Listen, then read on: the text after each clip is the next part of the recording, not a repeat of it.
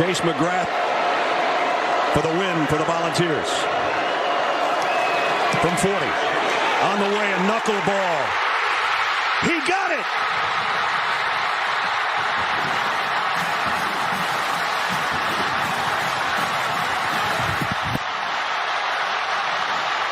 And here they come.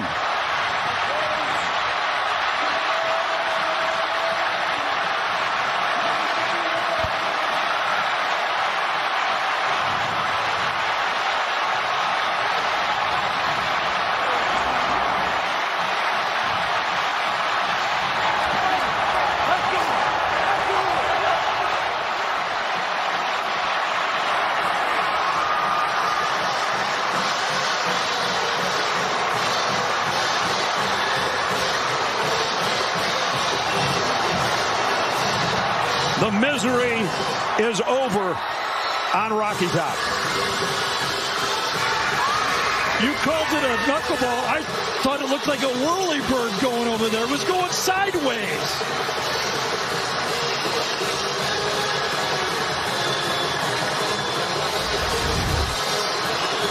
Another look at the game's final play.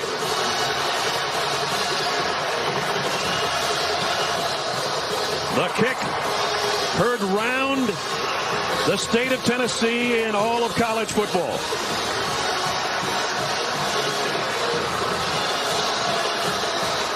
(52-49). Tennessee is still on. All right, folks, welcome to the Sports Talk with Chris Heidel. Today's date is October 18th, 2022. We'll get Doc Walker on in 10 minutes. He has something came up real quick. So I'm Chris Heidel. That's Adam Rice from down in beautiful North Carolina. So Adam, crazy way of college football last week. Yes, sir. Yes. Weekend, you had undefeated teams going down like JMU and Alabama and Penn State and and UC, the Trojans going down as well. So that's a very crazy week of football. So yeah. And actually, Chris, I'll let you guys know. Like I said last week, I went to a high school football rivalry game here in the mountains of North Carolina, and I can say, for the first time in 9 years, my alma mater, Tuscola High School of Waynesville, North Carolina, knocked off their arch rival from Canton, North Carolina.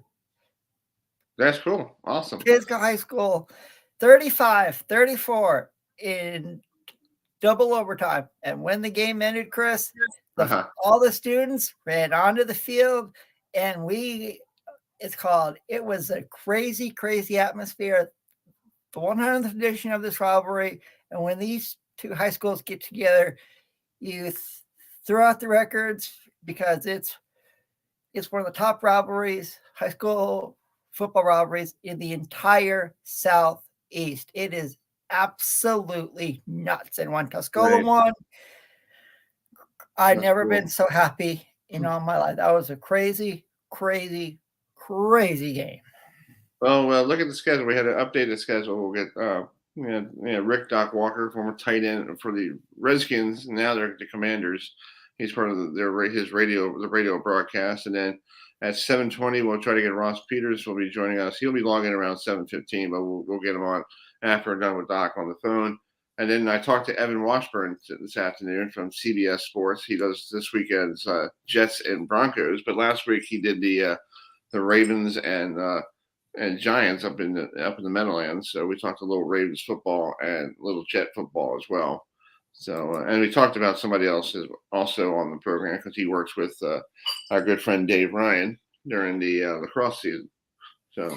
Yep, he sure. That's right, Chris. We got a good lineup for all of you tonight. So stay tuned. Exactly. So let's talk about. Let's look at. Let's do our on this day in sports history.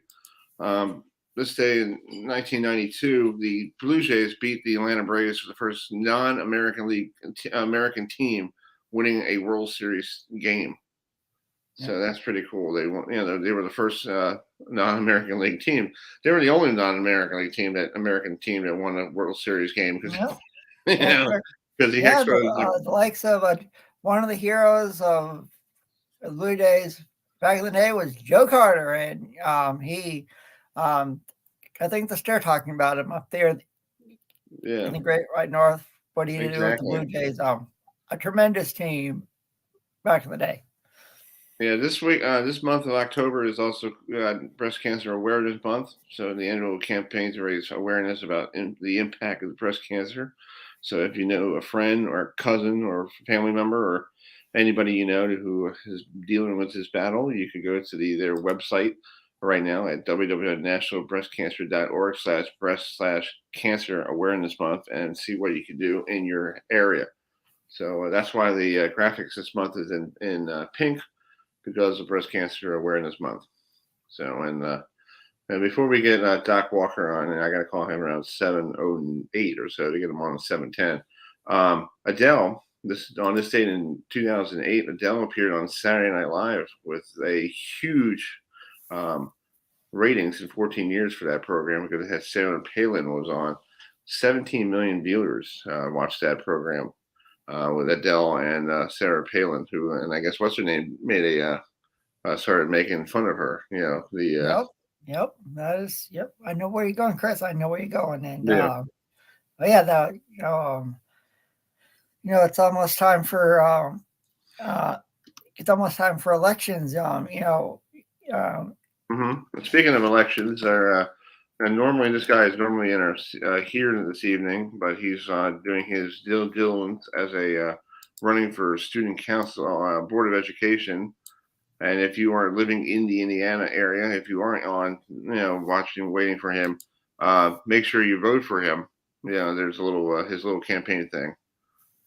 So he's running for a board of school trustee at large seat. So I guess that's a new word for board education.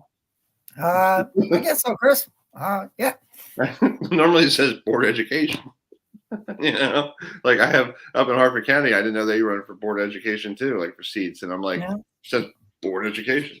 So anyway, so if you are in the Indiana area or his district, make sure you go to the polls on November 8th to vote for him. He's a very good hard worker.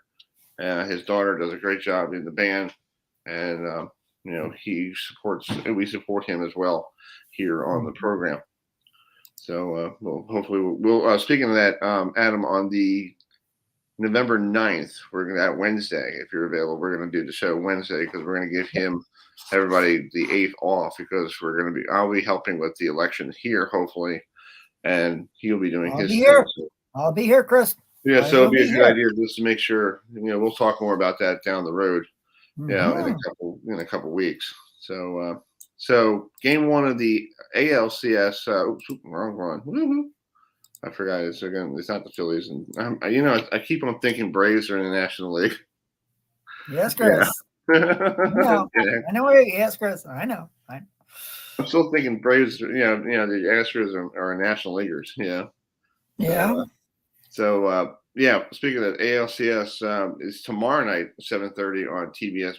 It's probably going to be the Yankees right now. They're applied the one on the Guardians, and a little highlight here before we get Doc on.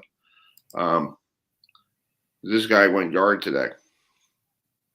All rise. Yes, he did. He homered in the second inning to get a 4-0 lead on the folks there. So let me get Mr. Walker on here. It is 10 minutes, up to the 10-minute mark here. All right.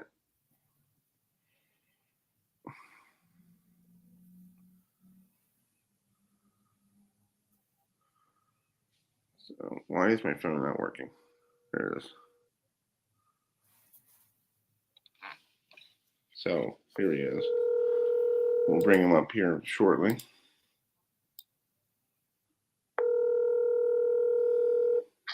Hello. Hey, Mr. Walker, it's Chris Heidel. I'm ready. I'm ready now. You ready to go?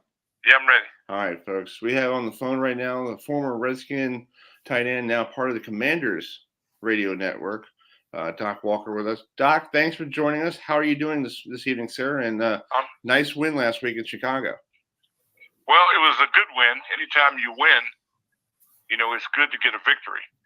but based on the opponents that were played, the level of play, there are a lot of things we could break apart and beat that win up.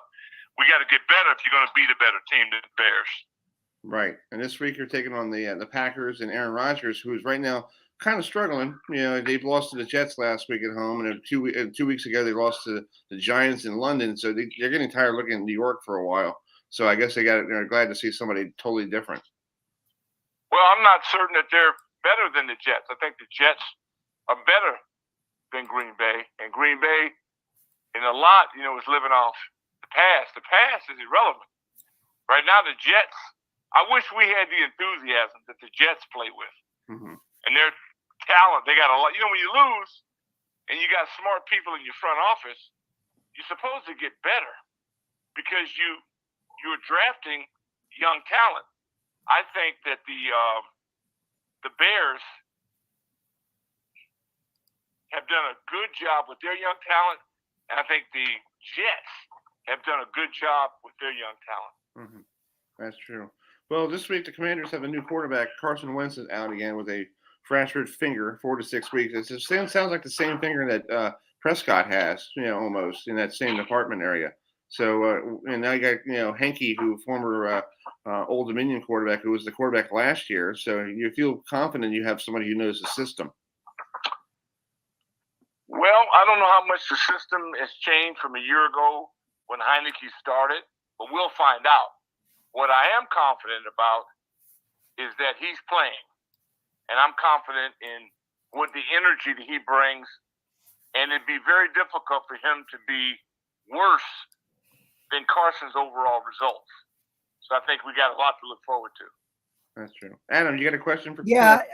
First of all, really cool to have you on the show, Doc. And I can remember when you did college football for Raycom Sports with Steve Martin and a gentleman named Mike Hogwood. So, do you got a Mike Hogwood story for us tonight, Doc?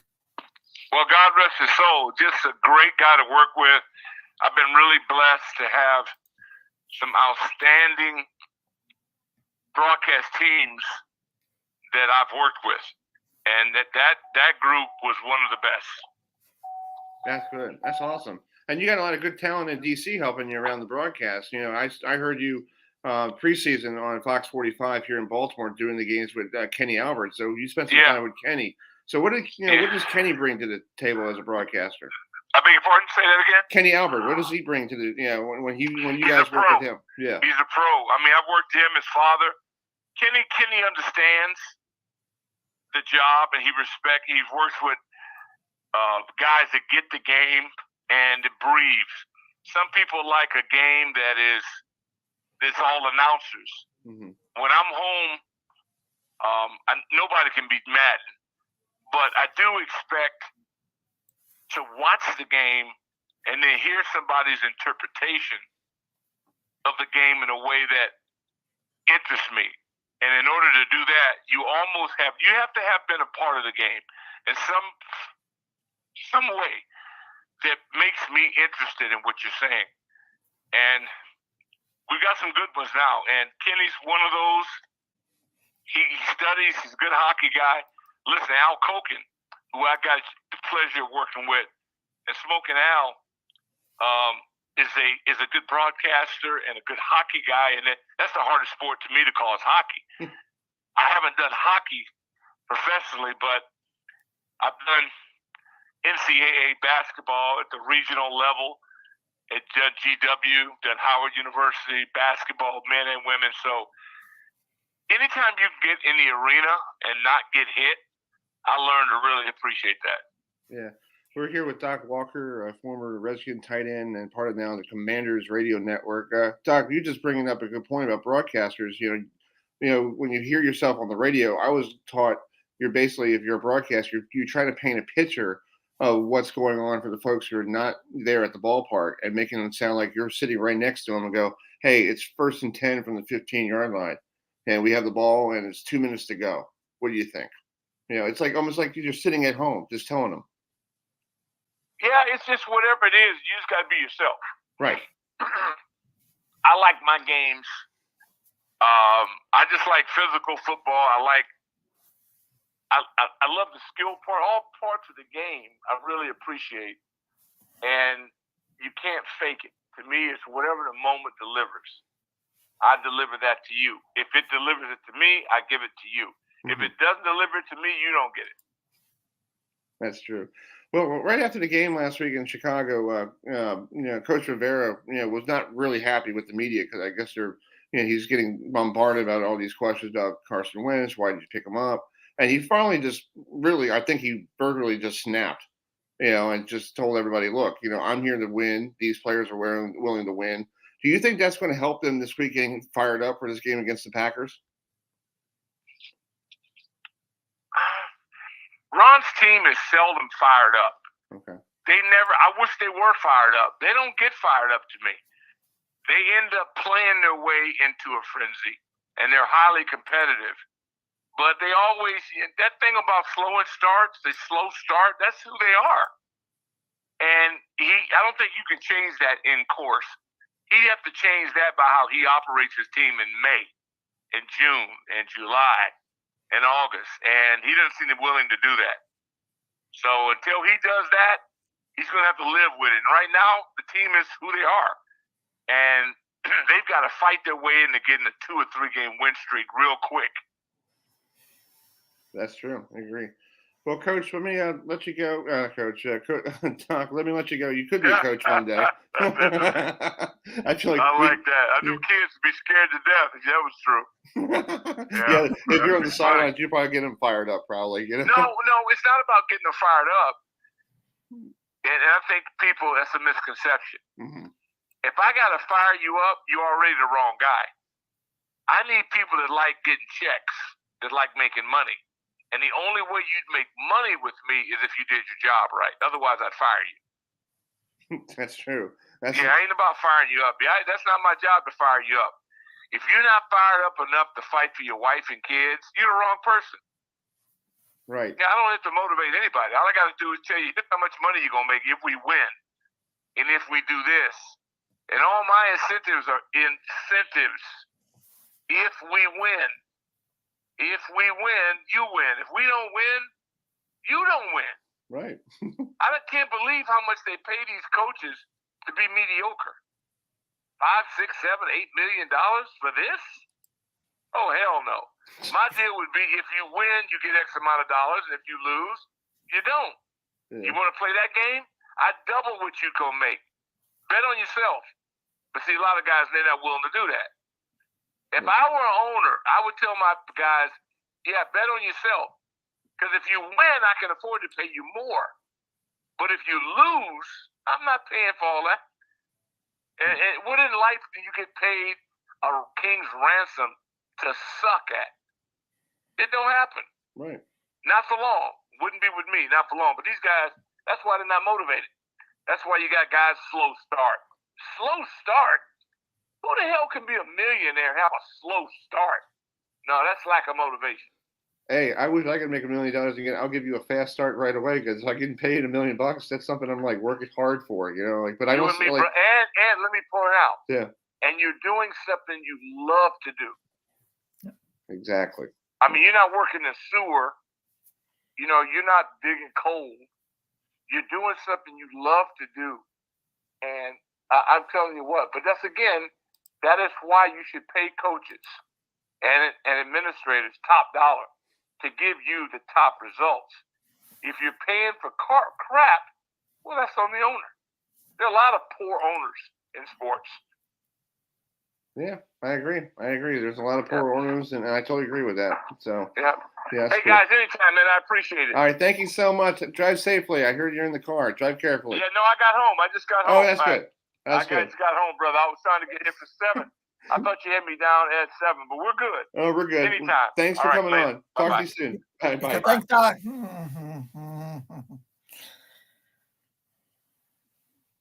I called him earlier today, seeing this is some highlights of the last time the Packers played the Redskins. Chris. Yeah. $1 in. I know, but I'm saying that's the last time. Well, there's a final in the Bronx. It's a rematch of the last year's ALCS between the Astros and the Yanks. So another rematch. So that's going to be interesting. Yeah. I mean, Chris, look at it. It's called, you had teams with over 100 wins in the National League, and they're not making it to the NLCS. You have a team in Philadelphia who won like under 100 games. For San Diego, who won under 100 games. The Braves had 100 wins. They're out. The Dodgers had 100 wins. They're out. The Cardinals had 100 wins. They're out. Yeah, crazy. Everyone's out. Yeah. Well, let's go back to what Doc was saying. Yeah, he sounds just like my father. Yeah. My father says the same thing. You pay these guys X amount of dollars to play a slow start. Like, what kind of slow start do you need? It's called, I wouldn't, no, it's called, you mentioned it. If you paid me $1 million, it's called, I'd be on a fast start. $1 million is a lot of money, and you don't want to be up to a slow start when you make that kind of, exactly. So it's called, you want to, I agree with what Doc said. He was a good guest, Chris. I enjoyed having him. He was. Let me check. In the meantime, waiting for Ross Peoples, who's the manager of the winning Atlantic League champions, the Barnstormers of Lancaster, to log in. But in the meantime, let's play this interview I had with Evan Washburn. Get this, so we get some time for him to get on the air.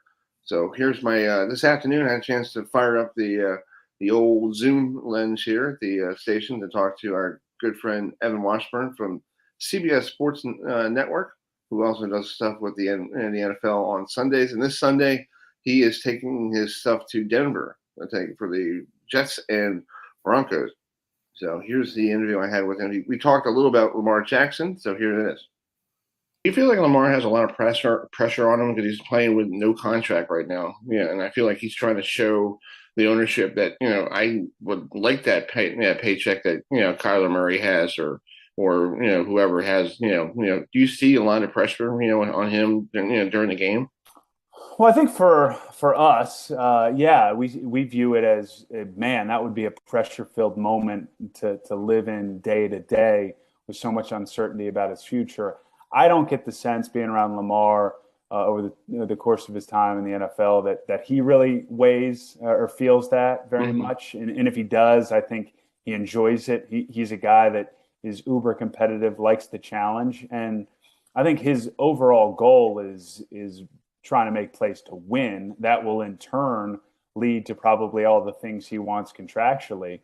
But I don't think that from what I can tell, the contract or the uncertainty there is bleeding into the performance and the decision-making on Sundays. It's just a guy that's trying to make plays and for the most part has played at a really high level. And there's just been moments, whether it's been for Lamar or other areas on this team that have fallen, have failed to meet expectations in some of the most important moments. Well, the AFC North is like, it's up for grabs. You got 3-3 Ravens. You got 3-3. I think the Bengals are 3-3, right? Mm-hmm. And then you got the Browns and you got the Steelers who are basically in last place, but they're still in it, and no matter what. So it's basically whoever wants the Central Division, and it's going to be like going down to Week 18 probably again. Yeah, it's just how the NFL drew this thing up, and I think yes, the AFC North probably is even heightened in that department. But the thing, and I think this speaks to where Baltimore is right now, the week-to-week nature of this league and the margin between victory and defeat has, in my opinion, never been smaller, and this league's never been more unpredictable. And that means that more than anything, you have to go into a game and not lose it before you have any chance of winning it. And Right. I think in the games that Baltimore has lost, they've suffered self-inflicted wounds. That's to say, they've done things that have kept them from winning the game, and I think that's been as much the problem as the other team being better than the Ravens. So that's correctable in some ways, but you got to do it quick here because as we creep towards November, that's when things start to separate. Yeah. Well, this week you're heading out to Denver to see Russell Wilson and the Broncos, and they're struggling right now. Everybody's wondering why Seattle traded Russell Wilson and makes Pete Carroll look like a smart guy. Like, hey, this guy's out of his he's on his last legs and he can't throw the ball. But they're taking on a Jets team that I don't think Ken O'Brien's a quarterback. It's Evan Wilson. But you saw them early in the year when Joe Flacco was under center. So it's a different Jet team, right? Absolutely. I mean, they have found an identity. I think they discovered it in Green Bay last week. They have a elite level defensive line, and they're built on that side of the ball. And their head coach, Robert Saleh, that's where he kind of made a name for himself in Seattle and then obviously in San Francisco. And they're getting after quarterbacks right now. And offensively, they have a bunch of young, talented players. You mentioned Zach Wilson. He's coming off of a knee injury. They still haven't really let him loose. It's been more of a run-based offense right now, but it's effective. So it's kind of that ground and pound, and then they get after the opposing quarterback. It looks a lot different than it did with Joe under center, who actually was pretty impressive in some moments there to start the season. But they were just chucking it all over the yard with Joe. The last few weeks, Mike LaFleur, Matt LaFleur's brother, who's the offensive coordinator, has seemed to really be focused on making it a run-first team and then kind of leaning on their defense, special teams to find a way to win games. And they've done a nice job. This will be a test for them going up to Denver, altitude, again on the road. It can be a challenging environment, even though the Broncos fan base seems pretty tuned up and disappointed in what they're seeing from their home team. But you never know when it might click for the Broncos. So you're heading out there for Denver. What do you do for getting ready for that high, thin air? Because I know a lot of reporters are, it's hard because you're going out to a different, launches, height and all that stuff, the feet and all that stuff. And you're like, okay, what should I do to make myself don't pass out on the sidelines? You don't want to be like getting an interview with, Russell Wilson and like, there goes Evan, beep, down he goes, No, it's a good question. I never really noticed it that much in a game. You notice it when you're there and maybe you want to go for a run or go to the gym and you're in the hotel gym, and things that are often just sort of a normal workout are just that much more challenging. I do see it impact players, road games or road teams in Denver. You'll see a lot of guys getting oxygen more so than often. And it's an advantage for the home team. But for me, I'm always more concerned about whether it's really cold or really rainy. Those are the kind of conditions that can wreck my day. I can live through the thin air for whatever 3.5 hours. Yeah. What's the weather like this coming weekend out there? Is it supposed to be like low 30s or something? Or? No, I think it's going to be pretty good. I mean, it's the Denver's unpredictable in a lot of ways, where it can be all of a sudden snowing even in mid-October. But I think right now we're still looking kind of sunny in the 50s, 60s, kind of like the fall day we're having here in Baltimore. Yeah. One last question to ask you. Knowing your schedule, do you know like week to week where you're going, so you could prepare for yourself? Okay, next week I'll be here. The following week I'm back home. Then I ahead of time knowing where you're going. So it fluctuates, but for the most part, it's kind of 10 days out. You'll know what your next game is. So, for example, up until this morning, I only knew about the Broncos game this Sunday, but then they go through the schedule, and once they like for games to end so that they can forecast out stuff that I don't really understand. But I'll get an assignment for the following week, so I know I have after Denver and New York, we have the Patriots at the Jets, and that's kind of as far out as I know right now. And then as the season goes on, sometimes, like as you get towards week 16, 17, they really like to see what's going on with the standings, and you might not know until Monday of that week what your game on Sunday is going to be. But it's good for you to know if you were with the Jets this week, you're with the Jets next week, so you can get to know them a little bit better. Yeah, man. That sometimes that carryover can help on the prep for sure. So I'll take it at this point. Yeah. I have a buddy of mine who his name is Jared Welsh. You probably know him really well. He's a good friend of mine. He does a lot of lacrosse. So you still Yeah, do you still do a lot of that stuff, in the off season? I do. So I still get to call games in the spring because because CBS Sports Network, our cable network, still carries Big East and Patriot League lacrosse games and the Patriot League and Big East tournament. So I'll probably end up doing 6 or 7 games in the spring. No longer doing the pro stuff once the MLL went away, and then the PLL's kind of got their own thing with ESPN, which is awesome. So yeah, summers are a little bit lighter, but I'll take it. Now my son's 6 and starting to play, so I get to do more of the coaching stuff in the spring and the summer. And you have all these people that you could call up and like, hey, you know my son real quick? I need this, And it pays. A lot of my high school buddies are now college coaches, so that's cool. It's good to get advice on how to get them going. Yeah. Do you work with Dave Ryan a lot, right? I do, yeah, for lacrosse stuff. Yeah, we started. I mean, I was kind of the first guy I worked with. Did some football with him when I was doing college football, 2012-ish, 2013. And yeah, we're still in touch, and I'll probably see him in the spring for a couple of lacrosse games, hopefully. Yeah, he does a great job. He's a friend of the show, and great. He does a lot of bowling too. So I knew him. Yeah, bowling. So. Dave, I'm convinced, Dave. You give him a media guide in 2 hours, and he could call pretty much anything. And he could actually call it, and actually you could go to sleep feeling like he could tell you what's going on. Yeah, I agree. Of those, like, people just with their voices, it's like, oh, okay. It's I've always described him as the kid who probably grew up turning the volume down and calling the game themselves when they were 5 or 10, 11, 12, 13 years old, and they were just born to do it. I did that once. I was a kid. I had the Oriole game. I turned it down. I was doing my own tape, and I found them like years ago. My mom gave it to me. I'm like, oh God, is that me? I'm like, wow. Yeah. Well, reps are all you need, man. That's the key to this thing. Well, I appreciate you taking the time for your busy schedule, and maybe we get you back on later in the year if you do another Ravens game, and we'll see how the Ravens do down in November and December. Yeah, absolutely. You know where to find me. Appreciate it, and have a good one. All right, thanks. All right, let me stop recording. All right, folks, that's Evan Washburn from the CBS Sports Network, who does a lot of stuff with the NFL during the season. This week, he's in the beautiful state of Colorado, doing Rocky Mountain High, with the Broncos and Jets. So let's bring in our good friend of the show. He's the manager of the Lancaster Barnstormers, who won the Atlantic League Championship 2 weeks ago, or beginning of the month of October. It's been like 2 weeks, right, Adam?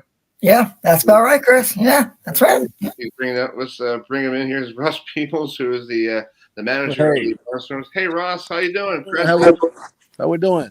Doing good. Good, sir. Winning the championship, beating High Point, in the best of 3 up there in Lancaster. Completely. This guy dominated that series. That league championship series. He took 2 down in North Carolina, and then you just had to win 1 game up in Lancaster.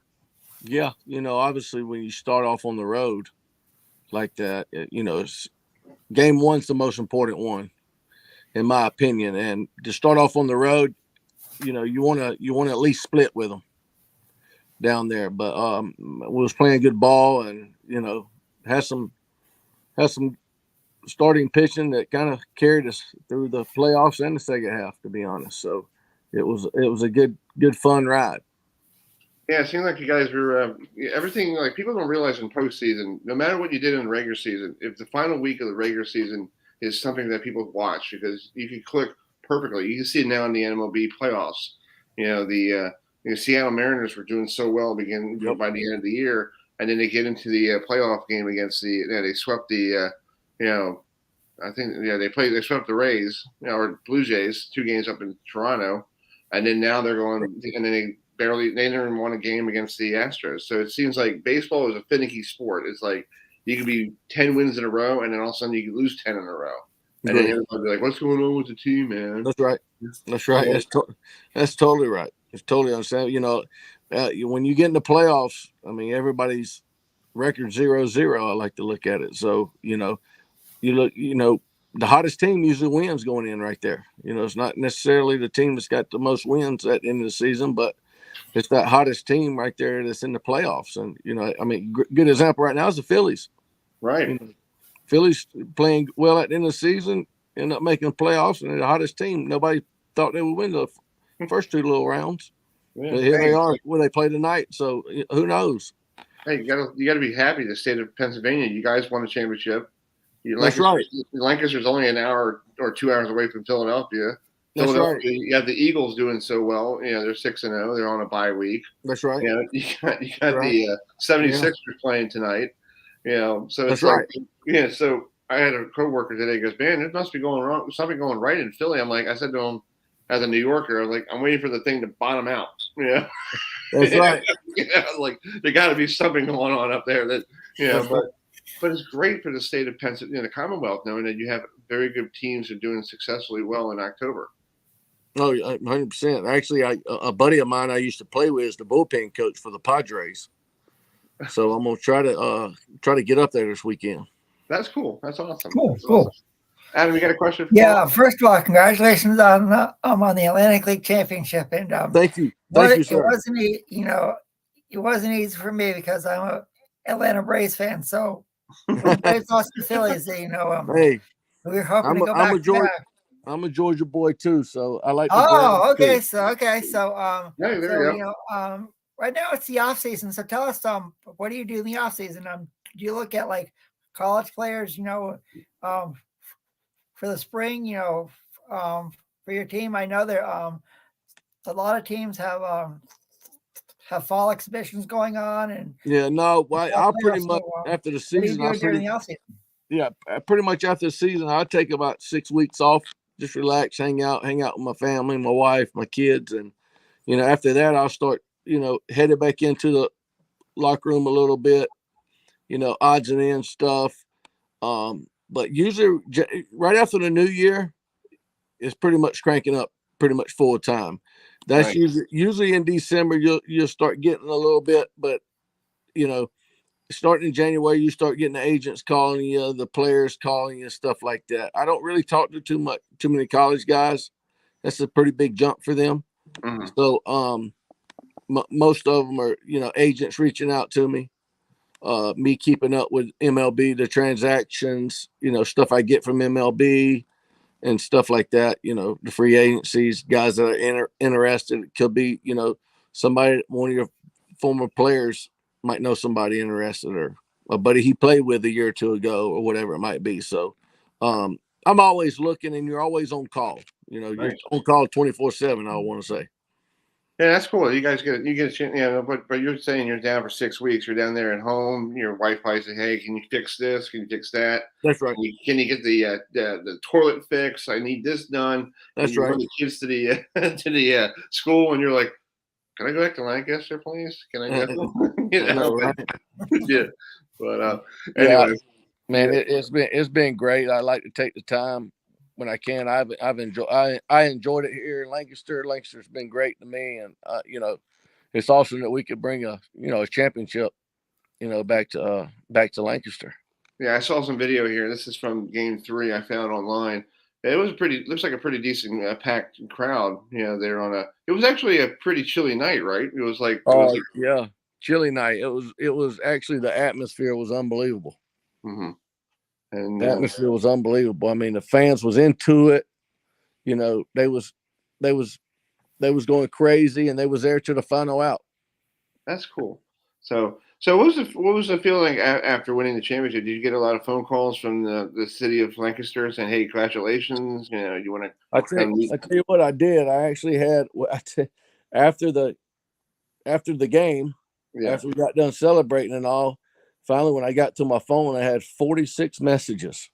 Wow! So, a lot of friends and people I haven't talked to in a while, reached out saying congrats and stuff like that. So it's always good. It brings some of your old friends out of woodworks. That's cool. That's awesome. Well, this league's actually expanding. I saw something today that Hagerstown has one of these teams in the next couple of years. They just broke ground on a new stadium out there in Hagerstown, Maryland. So that's a new team going to be there in the Atlantic League.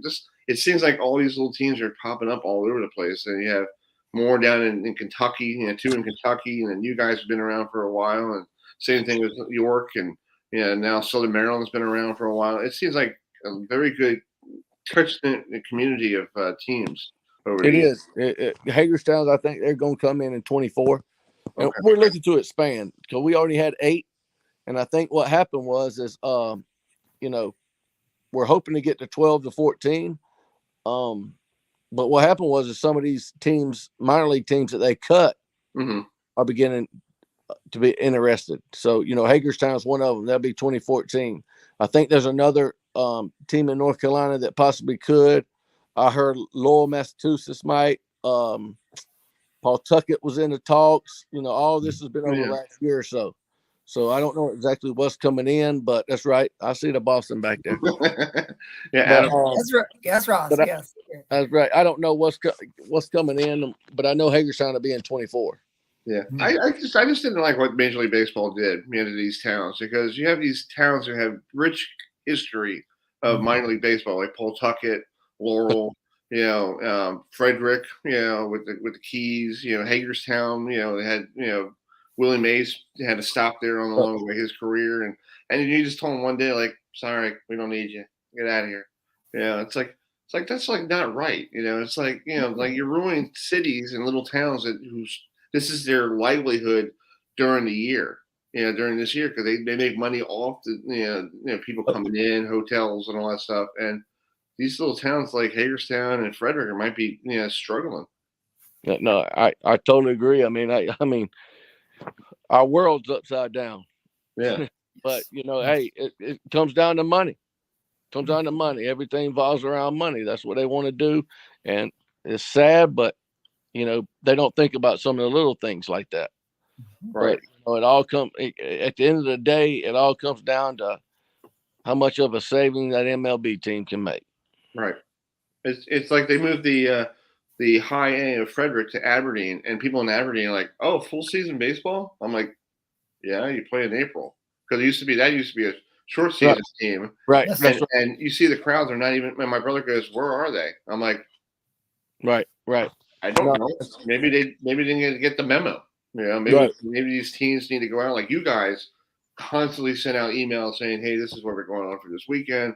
We got this, and this, and you probably go all around the city of Lancaster and say, hey, come to the ballpark.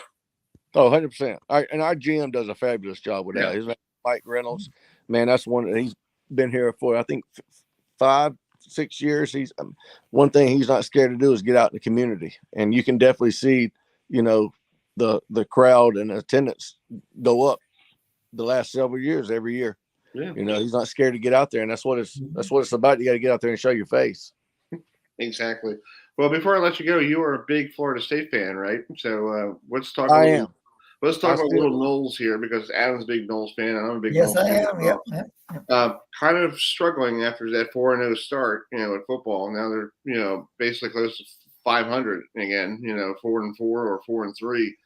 Can they ride the ship this weekend and get back to where they need to do, or do you feel like they just peaked at the wrong time? I think they're going to be okay. Okay. I think they're going to be okay. They had 3 tough guys. They went through the gauntlet. Yeah. All of them's in ranked teams. They hung in there with them. They played there with them. I think lost 3 games by a total of 18 points. Was that 6 a point? 6 a game? Yeah. But, I think we're going in the right direction. You definitely can see the improvement from last year to this year. I think they got Mike Norvell is doing a good job, and I think he's the right guy. You just got to give him time. These guys that don't go in, you can't come in there and expect somebody within 3 years to just turn it around. That if they do, it's half luck. You got to. My thing is, you got to give a guy at least 3 years. He's got to recruit his own guys. He's got to do that. You just got to. You got to man up and understand that when you make that coaching decision, it just don't happen. Us fans, we want it to happen, but you gotta wait your time and let him put his system. Right, and I feel like that COVID year 2020 doesn't even count. That's like I feel like that was just like everybody doesn't even know. I look at the count, like years now. 2019, 2021. There's no 20. Right. It's all gone. Because that was not really a year. That was like the disaster. That's right. Yeah. You went through it. Everybody went through it. And I feel like Mike never got an opportunity to fix everything, because in COVID, you couldn't go see your players. You can't talk to your players. Right. You had to do everything by Zoom. You had to be 6 feet or mask up or whatever. Now he's there every day talking to them with his coaches. And I agree with you. I feel like he's turning it around. But people were saying to me like a couple weeks ago, well, he's in year number 4. Well, it take 4 years for him to do it. Well, some people take a little bit longer to get it back to normal. Right. Give him time. But but if you're Florida State and Adam, and you know this too, Ross, Yes. if you're not performing, they're gonna say out the door. See you later. Yes. Yep. Some of them got the quick hammer. Yeah, quick hammer.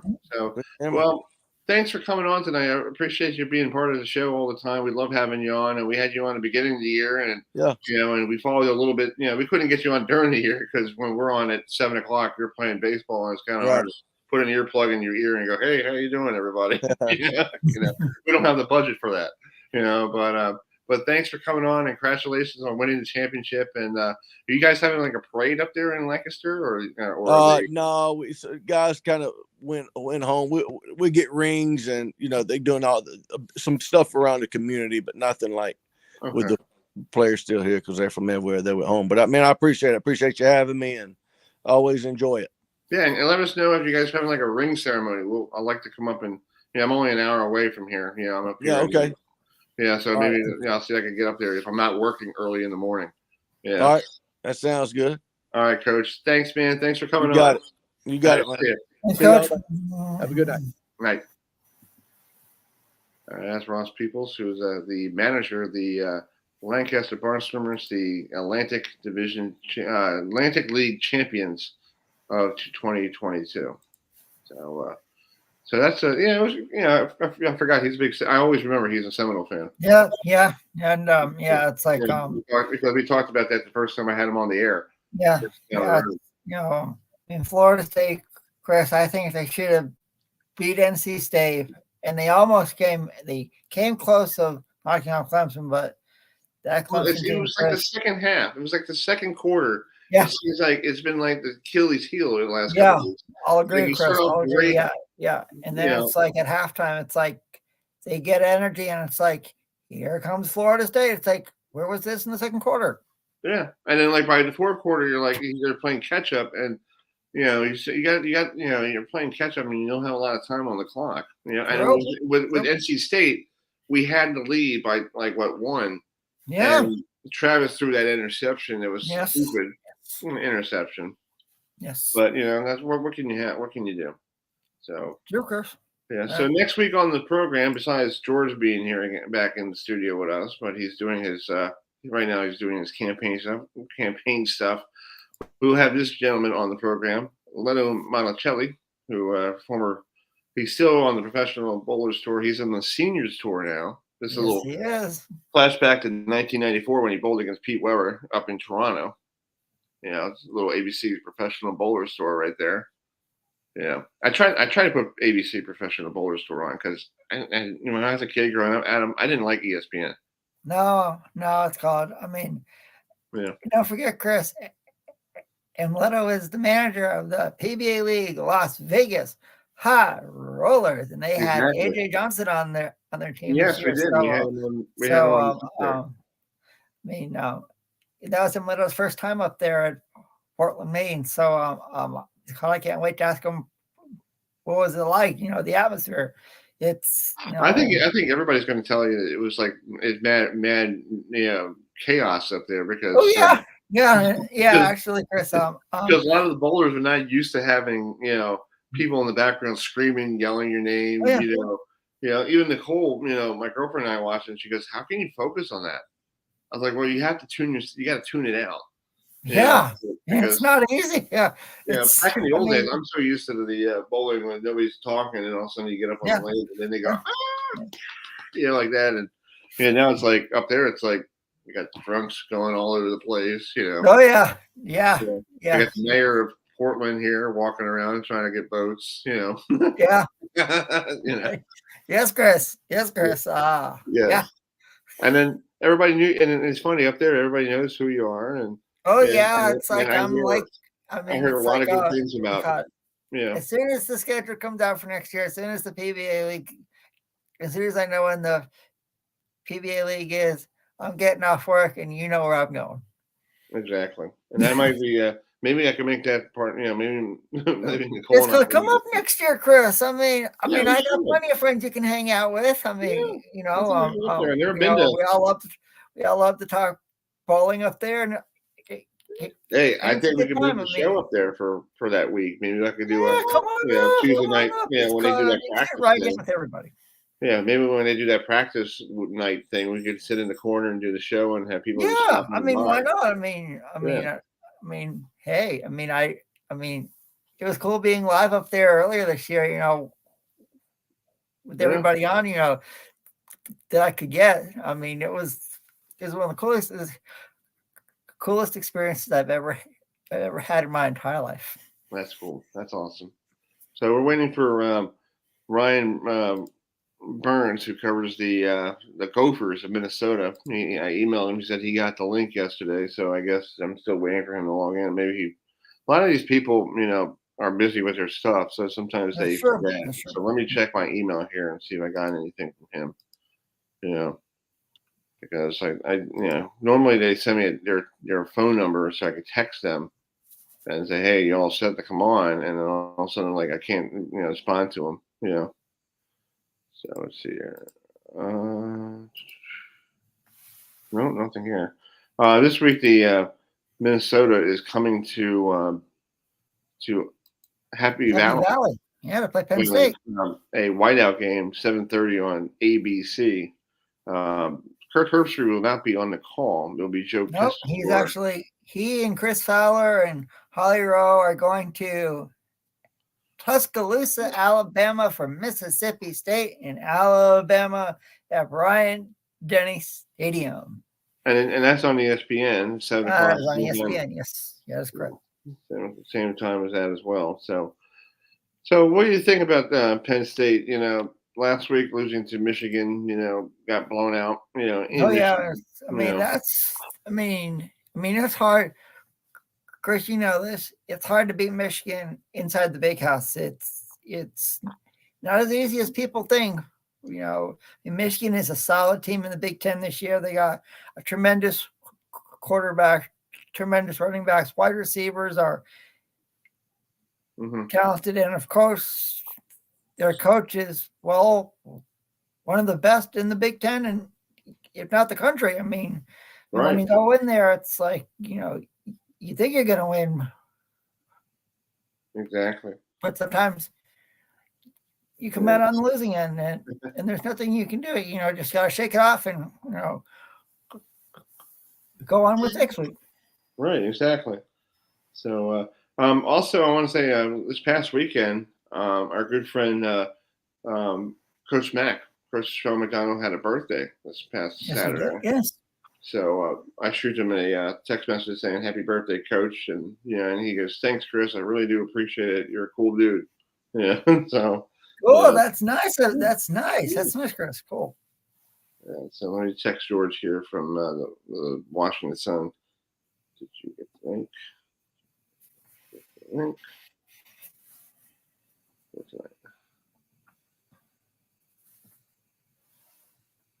So anyway, so Penn State's going to be hosting Minnesota.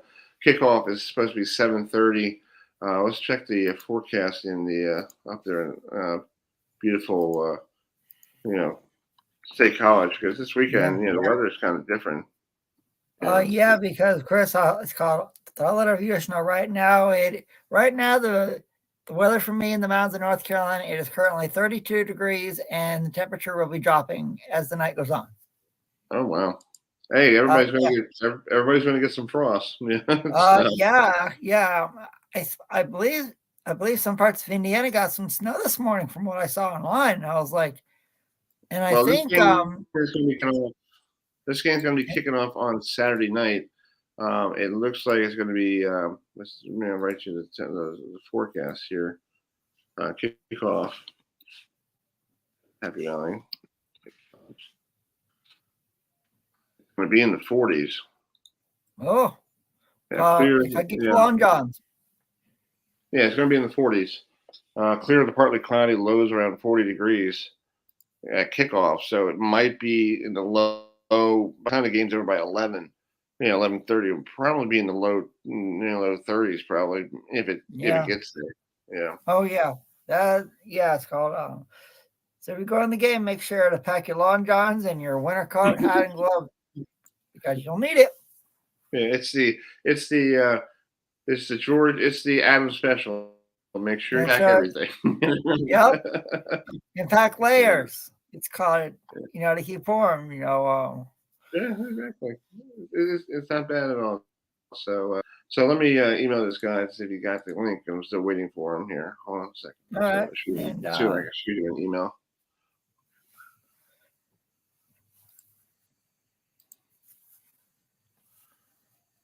All right, Ryan.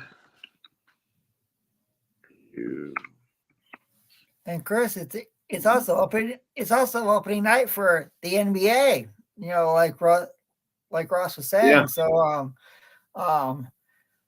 you want to do an early pick for who do you think will win the NBA Finals? Well, I really don't follow the NBA real closely like I used to when I was a kid. Because when I was a kid, I enjoyed Michael Jordan and and Magic Johnson and also I think these players now in the NBA are, no offense, they get paid for stupidity.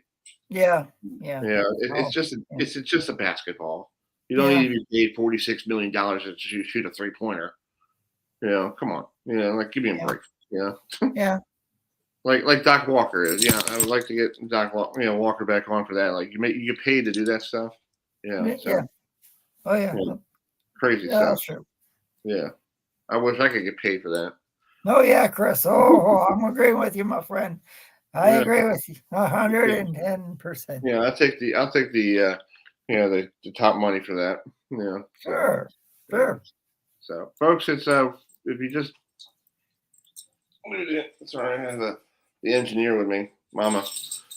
So anyway, you just logged in tonight. Thanks for joining us here on the SportsTalk with Chris Heidel. Today's date is October 18th, 2022. Coming up, let's tell you what's coming up shortly here. If we could get, we're going to be on until 9:30 tonight because we got some good people joining us here. Let me give you the, if I could get that opportunity. Yeah. So anyway, our good friend George Gerbardo from the Washington Times will be joining us at 8:05. Talk Terrapins and Northwestern are playing this weekend at College Park, homecoming. And then Benjamin Criddle, who is part of ESPN 960 out there in Utah, BYU making a East Coast trip to the state of Virginia to play Liberty. So that's going to be very interesting. Liberty's 6-1 and a bowl eligible. Yeah, that's cool. That's cool, Chris. Exactly. I hope Liberty does go to a bowl this year. Coach Hugh Freeze does an incredible job at Lynchburg. So so this is going to be a test for the Cougars. Yeah. Coming east, called they got to do a time change and whatnot. So it's going to be a good game out there in Lynchburg on Saturday. Right. Hold on, I got to send somebody available.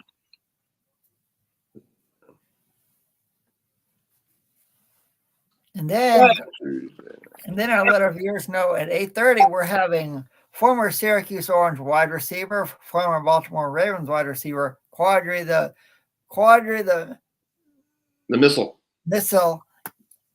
Ismail on to preview the Ravens game this weekend, and then the voice of Marshall football, Stephen Cotton's going to join us at 8:50. So all you viewers, stick around us. We'll talk plenty of football coming up in this hour. So let's bring in Ryan Burns. He's with us right now. He does the stuff for the Gophers of Minnesota. So Ryan, thanks for joining us. How are you doing tonight? Don't know if he hears me. Is he? Ryan, can you hear me? Ryan? I don't think he can hear us, Chris. I don't know. Let me log back in. Let's see. Let's see if he hears me. All right. Hey, Ryan, can you hear me? I don't think so. Let's send a private chat here. He's working on the audio. Okay. Okay, we'll go back to him. So, all right. So, let us know. Log out. Log back in.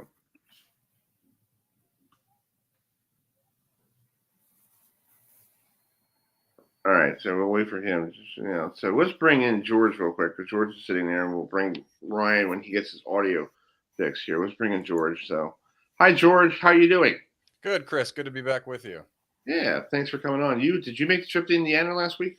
I did not. I only get to pretty much one road game a year. I finance my own travel, so usually means it's like Penn State or Ohio State. So I'll be in Happy Valley in a couple of weeks. That's my road game. It was Ohio State last year, and it'll be Penn State this year. So yeah, that's cool. Yeah, I went out to Michigan, and I haven't been on the road since because I've been home sitting in.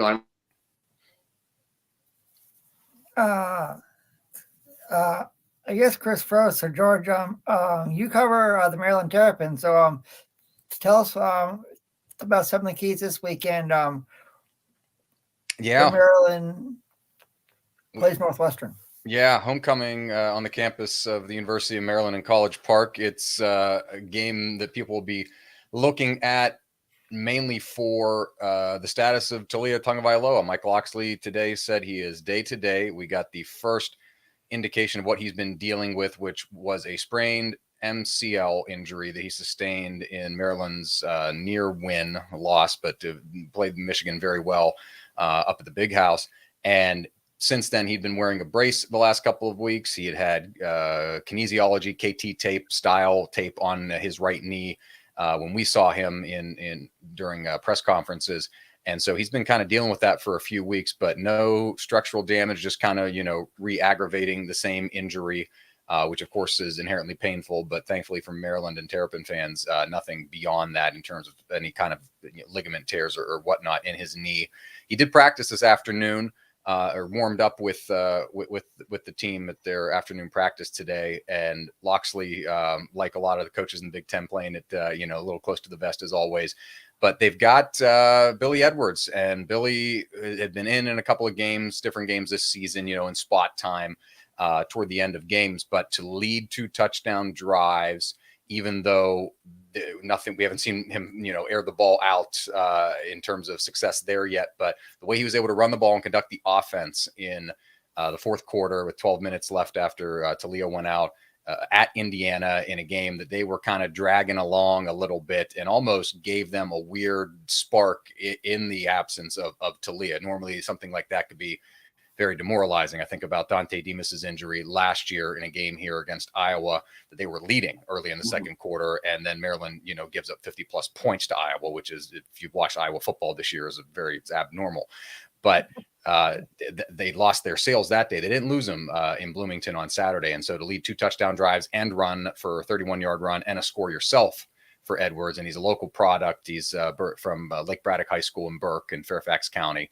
So it's good to see they were able to rally around him, and then he was able to have those leadership qualities and skills in there to get Maryland a much needed 5th win, especially after a bad, upside down performance against Purdue. And so now you sit mid-season with plenty of opportunities to get that 6th win and get back to a bowl game for the 2nd straight season. Yeah, they got a lot of local talent. They have a kid, running back Roman Kirby, who is from Edgewood, Maryland. I'm from Harford County, so it's pretty cool. A Harford County guy, running the ball in the state down there in College Park. And I did ask Coach Locks after the game about his development, because he took over the game last week. You haven't heard from him from probably the first game of the year. Yeah, it's been more running back by committee. Because when I was down there for the Michigan State game, it was more Livington. The small bus, that's what they call them. And now Yerby's now taking it back over. So it seems like Locksley's just playing with the hot hand, like who's running the ball better is going to be the guy. You're going to be that guy for the game, and if he's not running better, then you bring in the other guy. And that's good to bring out all different types of people running back, so you have fresh legs by the end of the year. So if you need to get to a title game or a bowl game, you don't have kids are going to go, oh, I'm tired, coach, I don't feel good. Yeah, and pardon the pun, for being young, they run with abandon. Like there's no hesitancy in the way they run. Loxley and offensive coordinator Dan Enos like to credit them getting a couple limited action they got in the game against Rutgers and in the bowl game last year. Littleton had a touchdown in that game. He had a touchdown in 6 straight games going up into the Purdue game and didn't score in that one. But to have both of those guys, I just and the big story on Littleton is that he was a bigger back and they got him slimmed down into a more manageable physical condition to be able to handle the rigors of being running back. The thing I love about Hemby is just the home run hitting ability. Maryland has not had that there for a long time. There's been a lot of quality backs. Jake Funk, of course, is in the NFL. Tayon Fleet Davis did well, but none of those guys you could say, hey, I'm going to hand it off, and in a split second, the guy could go 60 or 70 yards for a touchdown. He nearly broke one for 90 against SMU. He did break one for 70 plus against in the first game of the season. So just to see that different dynamic and that dimension has I think been the key for Maryland, because the passing game probably isn't putting up the gaudy numbers like you would have thought if you were a Terrapins fan going, at least is what I would have thought. Dante Demas talked with reporters today, said he feels 100% and everything. And, he's managed his expectations here and still helping the team win and all that typical, talk you hear from guys. And it's no disservice to him, but that, he had 500 yards on the season up until, was putting up 100 yards a game going into that game when he got injured last year. And the production hasn't been there yet. And, fair to, expect that coming off the type of injury that he had, knee injury. But as for the other wide receivers, it's still, he had the one play to Rakim Jarrett in the SMU game, but we're still kind of missing some of those gaudier numbers. And maybe that's not only from the running backs running, but Enos, they've used the running backs out of the backfield in the passing game a lot on screen passes and different plays that utilize Maryland's offensive line, which is one of the most seasoned in the Big Ten, seasoned in the country, returning all 5 starters this year. So it's been a little bit of a different twist from what people I think may have expected. The Terps haven't, broached into that 50-plus point territory like we saw them put up in some, very early games last year. But it's worked so far this year. You played the Purdue game obviously should have been a win. Penalties hurt them there, 9 penalties in that game. The game against Michigan, of course, they only committed 1 penalty, and look how close that got them on the road in the biggest stadium in college football. So it's worked so far this season. I can't be too critical. I would like, just for, the fun of watching football, I'd like to see some more down the field and over the top plays. And Talia's done it sometimes and just out of the reach of some guys this season, but it has worked for Maryland and gotten to this point where they're above where their expectation, they're above how they performed last season to date. Right. Exactly. Well, I did talk to, like I said, I talked to Locks after the game, and let me play the interview real quick about him and Roman. So him talking about his development. Congratulations on the win. Talk about Roman, the kid from Edgewood. Talk about his development and how he's doing this year. And it looks like he's getting better each week. The running backs have all had their opportunities and spots this year, and we've talked about the depth that we've been able to create in that room. With Roman obviously leading the charge, rushing for over 100 yards, had some big runs when we needed him most there, broke a big tackle there on the 3rd and 1 and went for 46 yards, which is what we come to expect. And all those guys, when they've been given opportunities, they've really done a tremendous job of executing. And so we got to lean on that room. And obviously Roman is the guy that's kind of leading the charge for those young running backs. Yeah, pretty much. So, like I said, like we were just saying, the running backs are very young, and that's good for this time of year. And like you said, Maryland hasn't had a running back since Jake Funk, is he still with the Rams? Oh gosh, no, I want to say New Orleans, but I'm not sure if I'm correct about that. But I think he might have moved in the last couple of weeks. Hey, you got a Super Bowl ring. Yeah, exactly. Yeah. In a professional career, if you're not going to be one of the elite premier talent guys, your goal is to be on championship team or contender, and he certainly has done that. Exactly. Adam, you got a question for George? Yeah. Now, George, you mentioned Talia's, the quarterback from Maryland is called. It's hard to pronounce his last name. Yeah, Tagovailoa. Yeah. But tell us what you thought of him at the University of Maryland this year. Yeah, he is more patient. I think back to a quote that Dan Enos told us before the season, when his feet are good and his eyes are good, he's good. And for as prolific of a season he had last year with over 3,000 yards and essentially the best season by a Maryland quarterback statistically in the program's history, up with that Scott Milanovic season in 1993, that he continued to break all of his records and still does as career records going into this season. He's less, frantic, hectic. He has the time in the program has settled him down.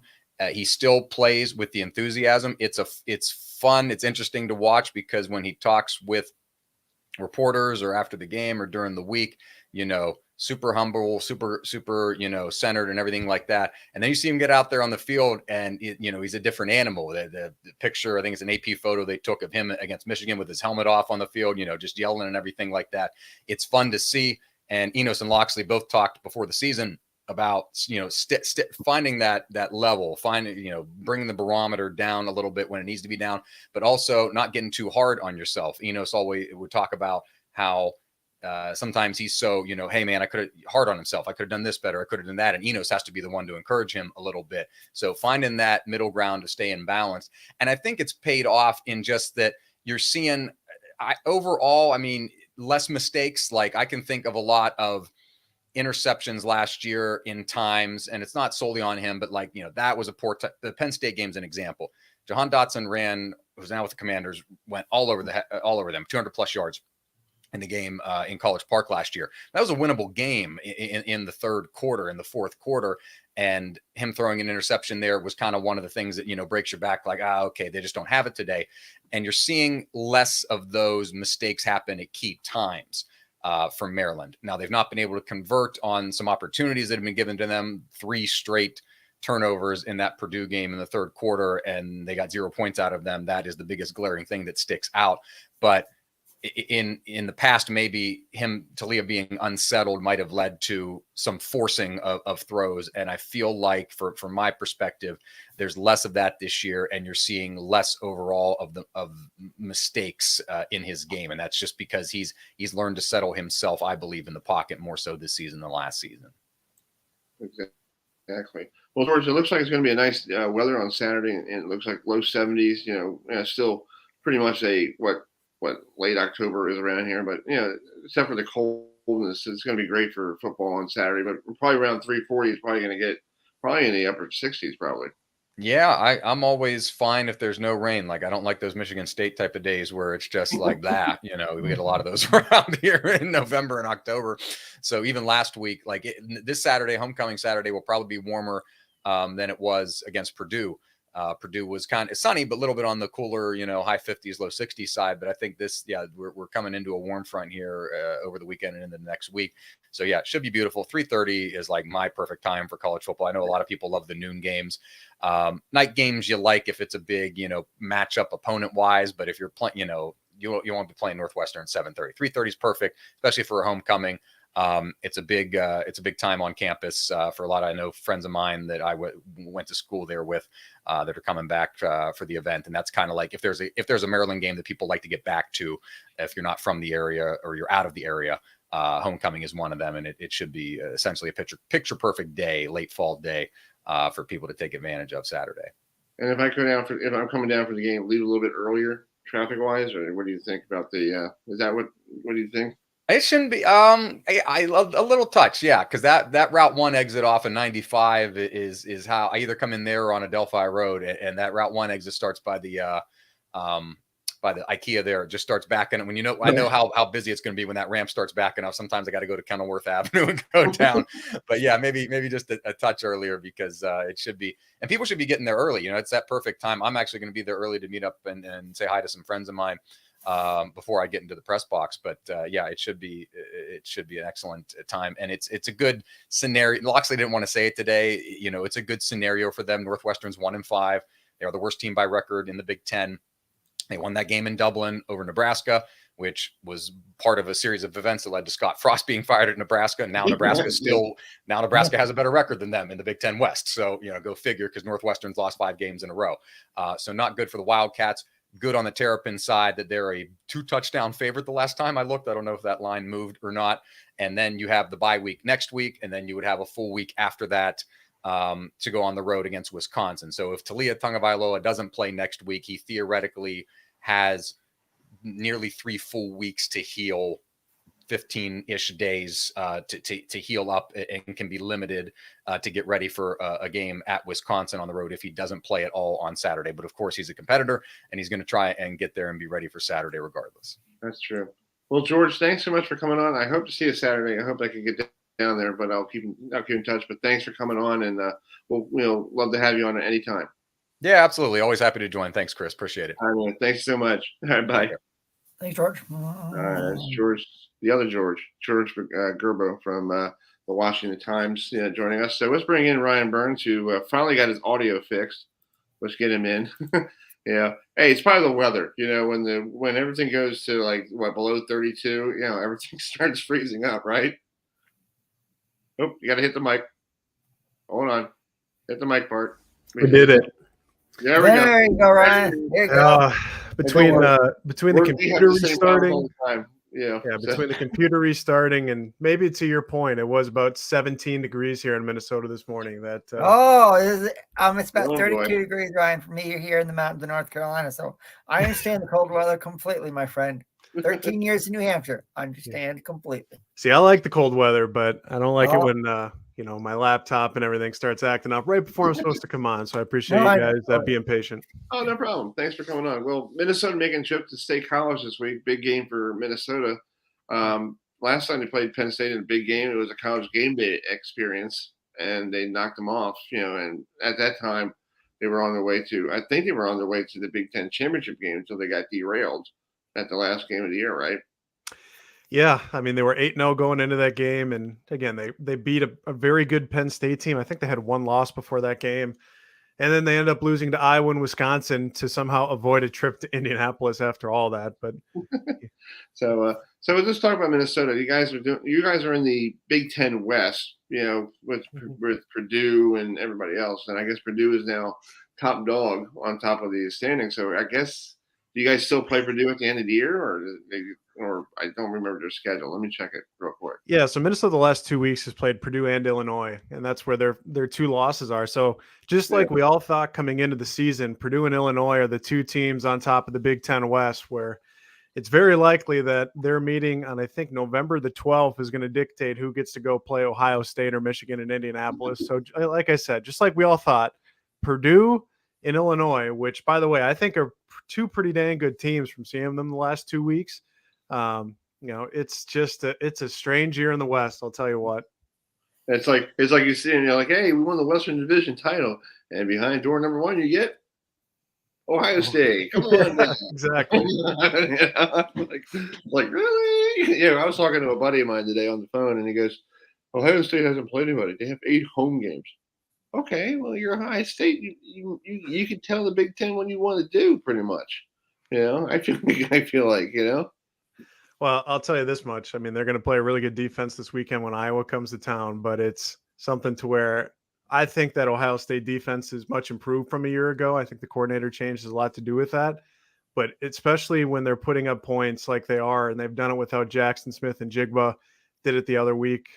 Without their running back who scored 5 touchdowns the week before. There are just so many weapons on that offense where, to your point, they can do whatever they want, because when you're putting up points and you got CJ Stroud, you can do whatever you want. Yeah, and plus you're go to the college football playoff every year. You basically can tell the people in Chicago, this is what I want in my schedule. Mm-hmm. Thank you, and then move on from there. Yeah. So anyway, so with Penn State, coming in, they lost to Michigan last week. I feel like that was just a complete train wreck because they had that fight in the tunnel, at halftime, or I guess it was halftime or before the game, or what was it? Pretty sure it was halftime. Yeah, and then you see videos, and you see videos of James Franklin yelling at whoever in Michigan, and you're like, "Stop talking to us!" It's like, really? It's like, James, you're the coach. You need to be more, show example of not getting all fired up over something that looks kind of, and I've been to Michigan, and Michigan's tunnel is small. Mm-hmm. And I'm like, okay, now I understand why they have to rope things off, to get them all down. You could have one in and one out. It's like, and it's an old stadium. So I'm thinking, okay, well, I guess back in the old days, they didn't really care, but now it's like, I guess they have to rope things off and have one team come out and one team come back in. Yeah. I mean, like you said, I've been there before. It's an interesting, I mean, it's just an older setup more or less. And that's where when you have two teams like that ranked what they were, tensions are a little high, 18 to 24-year-olds. There's probably a little bit of jabbering going on. Yeah, and that stadium reminds me, because I've been to Notre Dame, and Notre Dame, it looks like almost like Notre Dame Stadium, but it was like they look like they updated it a little bit better, and it looks like it's in the middle of Ann Arbor. It's like, and everything else around it. It's like, okay, where do they put? Okay, that's the nice piece of land you got right there. Yeah, I would almost say the same thing about like Ryan Field. Now, I'm not sure if you've ever been to see a Northwestern game, but Ryan Field is just like in the middle of it's just in the middle of the city there. It's just boom, there's Ryan Field. And again, maybe that's why there's only 700 people there at a given Saturday or whatnot. But it's an interesting location, that's for sure. Yeah, that's true. Hey, Adam, you got a question? Yeah, no, Ryan, you guys have up there in Minnesota have a brand new stadium that you guys debuted a couple years ago. So tell us about what the atmosphere is like on a Saturday afternoon. Well, I'll tell you, since PJ Fleck has taken over, it's been a lot better. I think every year, so it's now year 6 of the PJ Fleck era here, the student section has gotten better and better and better. And I mean, they're selling it out. I mean, they sold out all of September and October. And for a stadium that only holds, I think, 45, 50,000, when you have a state or when the student section's rocking in a place like that, which it has been, I just think it livens everything up because they're the ones that dictate everything. Yes, I mean, everything on the field as well. But I think the atmosphere has improved exponentially. Again, they've also won some big games at home. You mentioned that Penn State game back in 2019. They were able to beat Wisconsin at home in the last game of the season last year, rushed the field both times. So there's actually been some enjoyable experiences in Gopher football, especially at home. So that's definitely helps to try and build the atmosphere. Yeah, I agree. I think if you have a winning program each year, it brings more people to come to their seats and buy tickets and buy merchandise. And, you get more people going, oh, there's football here. Because I guess a lot of people, Minnesota used to be, the Vikings were there for a year and a half before they were building at, the new stadium. And I guess Minnesota, tell the folks where the University of Minnesota is. Here's Minnesota. Is it near downtown a little bit, or is it a little bit more north of Minneapolis, or where? It's just east of downtown. So it's just on the east side of the Mississippi River. So, I mean, the stadium is truly off of University there. But, I mean, you even look at the Penn State game here. It's just, again, that was an atmosphere I'll never forget. I remember being down on the field before the game and just the electricity and then that final drive right there before Clifford threw the interception to Jordan Howden. I mean, you could cut the tension with a knife, and then Minnesota actually gets the turnover, and it's just the entire place erupted. Again, one of those moments where, as a media member, you're going to remember where you were just because of how monumental that game was and what a guy like Rashad Bateman did there, who's now with the Baltimore Ravens. And again, just one of those memories where you're always going to kind of remember a game like that compared to maybe a blowout in the non-conference. And Clifford's still the quarterback. And so is Tanner Morgan. And here we are. And that game was 3-4 years ago now. It's like, really? It's like the guy must have been like, it's like, when you watch college football and you're thinking, it's like, this guy's been around for 8 years. Like, was he an 8-year senior? Got too many red shirts. What's the deal? Well, that's the funny part about this Minnesota versus Penn State game this weekend is we don't know who's going to be a quarterback for either team because both the Penn State quarterback and then Tanner Morgan both were injured in their last game. So against Sean Clifford against Michigan, Tanner Morgan against Illinois, both left the game, didn't return. So are we going to see a battle of the freshmen between Drew Aller and Ethan Callie-McManus, or are we going to see a little bit of mismatch? I mean, that's one of the things that I'm definitely going to be keeping an eye on going into Saturday night. Yeah, I saw that.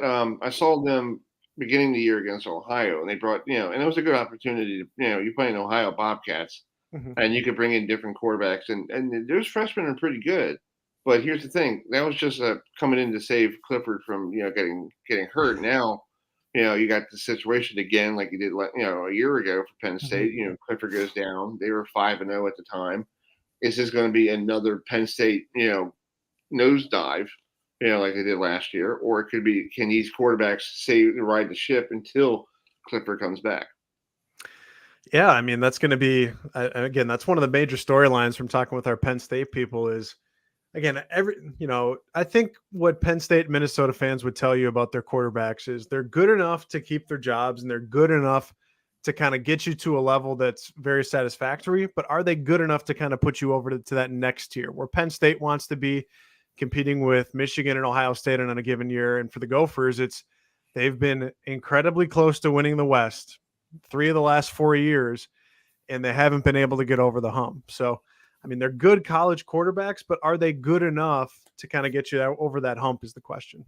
Yeah, and that's a good point. And a lot of these are still 18 to 20-year-old kids, like you just said. They're not used to this pressure of, if you don't win, your fan base is going to be sending you not a nice pizza party. Because a lot of these people are so. I was talking to a couple of friends of mine, and some of them are big psychotic, team, fans of that team, and I'm like, calm down, you're not playing. It's easier to say that to them, and I'm sure they took that really well. I had to take that for a while because I used to get really fired up with Met games, and I'm realizing like I'm just watching it. Like, why am I getting all angry for? I'm not in the dugout. Mm-hmm. I'm not wearing number 16.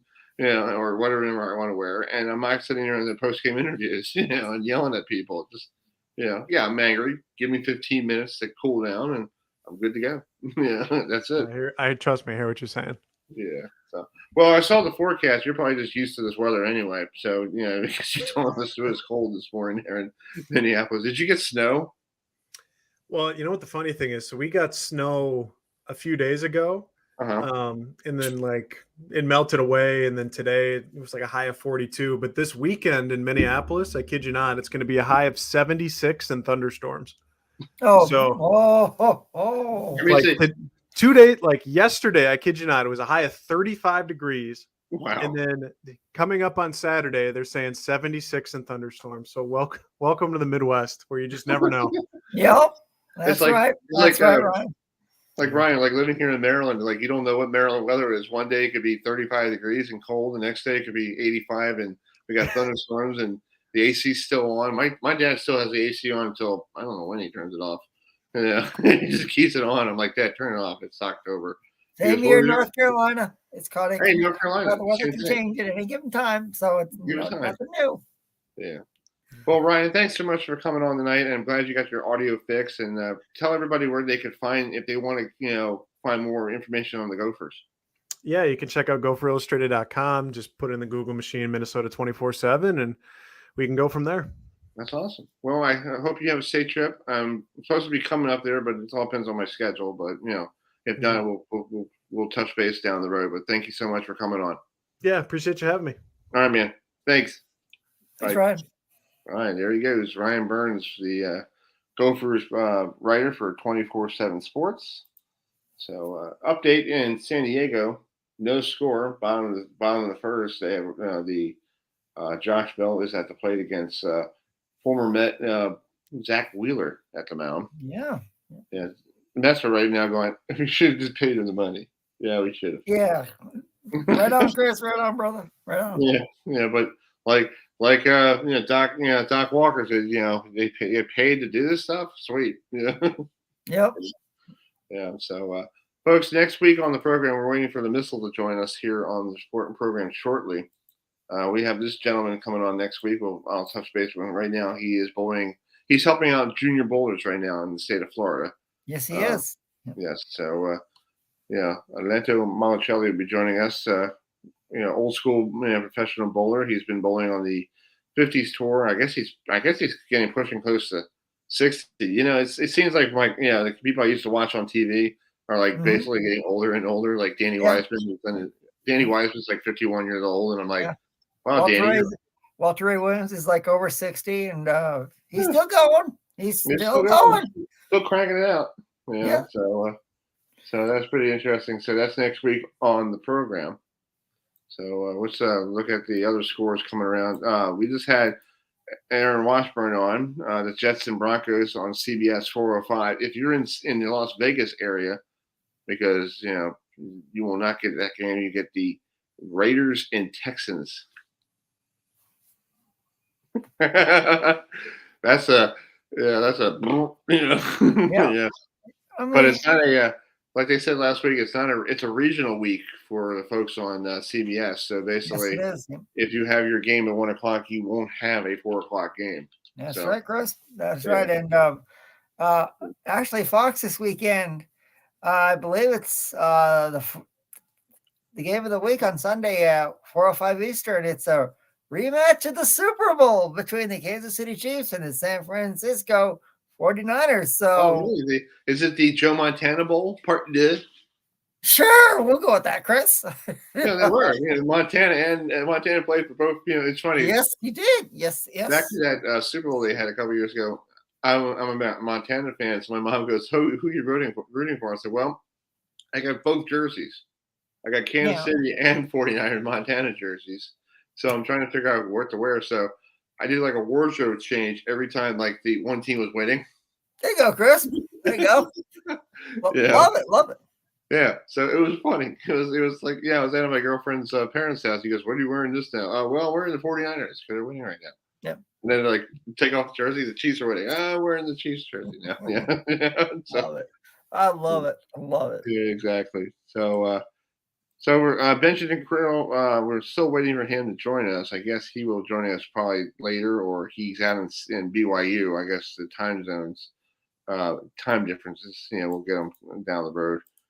We're waiting for the Rocket to join us here, or the missile. The missile. Yeah, his brother is the Rocket. So Plus, if you're here in the Baltimore area, Qadry is a part of the WJZ family. He does a pregame show with Margaret Viviano. So on radio. So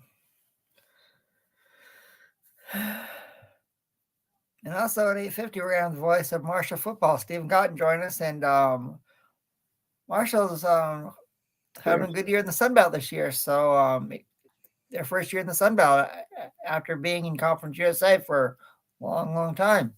Right, Marshall. Yes, Marshall is in the Sun Belt now. And the funny thing is, they are playing JMU for the first time since 1994. Wow. Yeah, well, both of them were FCS or at that time 1AA. Division two football. Yeah. So this is the first time, and they both played each other. The first Marshall and JMU meeting was back in November 28th, 1987. It was Marshall's very first playoff game in Division Two. And 1AA, Chris. It's 1AA. Yeah, exactly. Or now it's FCS. So yes, exactly. Well, Adam, I want to give you the honors to welcome this gentleman in. Yeah. Sure thing, Chris. Our next guest, he played his college football at Syracuse University under head coach Paul Pasqualoni. His quarterback was Marvin Graves. We know about his brother, who was nicknamed the Rocket. Well, let's welcome in this gentleman. His nickname was the Missile, former Syracuse Orange wide receiver, former Ravens wide receiver, Qadry. Ismail. Qadry, really cool to have you on the show. And what was it like to play under head coach Paul Pasqualoni when you were at Syracuse? Yeah, thank you guys for having me on. It was awesome. It was interesting because for Coach P, he was a no-nonsense, real strict defensive guy. And when he took over the head coaching position after the late, great Dick McPherson, he had his tenure at Syracuse, went to just multiple bowl games. And at that time, the New England Patriots, their owner wanted him to be their head coach. So he was their head coach. And then basically, I had a new head coach, Paul Pasqualoni, Coach P. So he was awesome. I mean, we all just had, a lot of fun offensively because I think as strict as he was like, man, listen, the bottom line is you need to do your job and not get caught up in all the other things that weren't necessarily pertaining to winning football. He wasn't about politics and all that, and it just helped me be the player that I was able to grow to be. Yeah, Qadry, were you part of the 1987 undefeated team? So the 87 team, that was my senior year of high school. Okay. And literally, I remember the late, unfortunately, died way too soon, Marcus Paul and Don McPherson. Those are two guys that I know really meant a lot to that team and that ball club. And I remember Donnie Mack, it was either at halftime or after the game, but Randy Etzel, former UConn head coach, he was our recruiting coordinator. And I remember as they were walking off the field, he literally called my brother and I, and this is before cell phones. So he put Donnie McPherson on the phone, which was hilarious because looking back on it, he was in no mood to talk. Obviously, the Auburn game ended in a tie, but just fond memories of that 87 year and what a special team that they were. Wow, that's cool. That's awesome. And like you said, back in the day, we didn't have cell phones in 1987. So you're like, where'd you get a payphone? Did you run to a payphone and go, here's a quarter, let's call them? Yeah, long distance. Seriously, they probably had like some kind of calling card or something. 1-800 collect. I don't think that was working back then. Yeah. Well, Qadry, let's talk about the Ravens. 3-3. Last week up in New York or New Jersey. It's not New York. It's New Jersey. It's still East Rutherford. Yeah, East Rutherford. I think my dad. I'm from that area, so my dad was telling me about some mob guy is probably buried in some wooded hills there. But anyway, the Giants, held Lamar Jackson in check in the second half. What did Wink Martindale do that was different than what he did in the first half? Because it looks like the Ravens had that 10-point lead again, and around here it seems like if you get a 10-point lead, you should be automatically winning the game. But I feel like the Ravens sometimes just coast in the third and fourth quarter, don't put the throat down and keep the pressure down on the other teams. So I think, you look at the game, they were in control of the game via the running attack. And, they were going up and down the field at will. For whatever the reason, when they got into the red zone, one of the successful runs that we were seeing a lot of was the QB power, where you would have technically the guard is supposed to pull, the backside guard pulls, the center blocks down, and then the tackle blocks down and goes up to the linebacker, and around comes the guard, and you would have a fullback or a tight end, and so you have a power running play, and they've morphed it into what is QB power. It's it's a cool looking form of the Wildcat. Obviously, Lamar Jackson is the most advanced Wildcat ever known to put on a uniform. But I think for Wink Martindale, he had some game planning to thwart that. And it wasn't that it was utilized, but I think there was some issues in the passing game where there was pressure in Lamar, especially in the red zone. And a combination of, play calling, Lamar getting pressure, Lamar not being on point, and then, his receivers not being able to make plays for him. So a combination of all of that put them in a position where, you see where they came up short time and time again in the red zone, and it made it look like Wink Martindale was just the hero in stopping them. But I think this is another classic case of them stopping themselves. Yeah, I talked to Aaron Washburn this afternoon, and I asked him about Lamar Jackson because he's been covering the games for the last 3 out of 6 this year on CBS, and I asked him, do you see a difference in Lamar Jackson? Does he feel like more pressure on him trying to show the front office that I want that contract? Can you give me that contract because I'd like to stay here? Or do you feel like there's something more than the pressure of that contract? He's trying to put more on his shoulders and say, hey, I could bring you to, the Super Bowl in Arizona. Well, I mean, I think first and foremost, his personality is one where he's taking the stance of, I feel good about my talent. I think I can win, period, end of discussion. And I think for, Lamar, that drives him, that fuels him. He wants to win a Super Bowl. And I think for him, unfortunately, because of the way the business side of it is, that's always going to be, front and center, whether or not he's focused in or whether or not, the pressure is too much for him.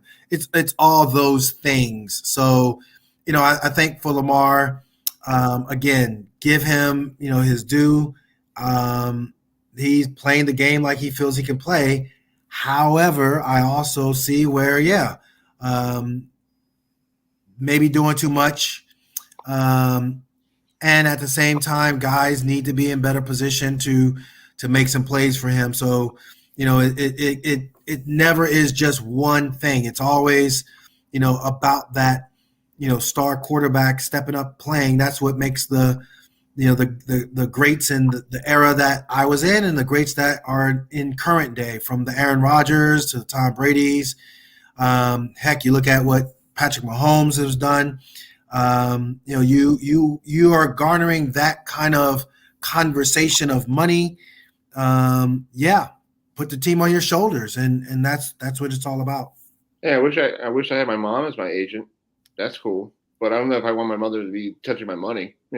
I'm like, no offense, Mom, but I'll give you something to help you, but maybe get an agent, but it's okay if you want to do it yourself. I hope you know what you're doing.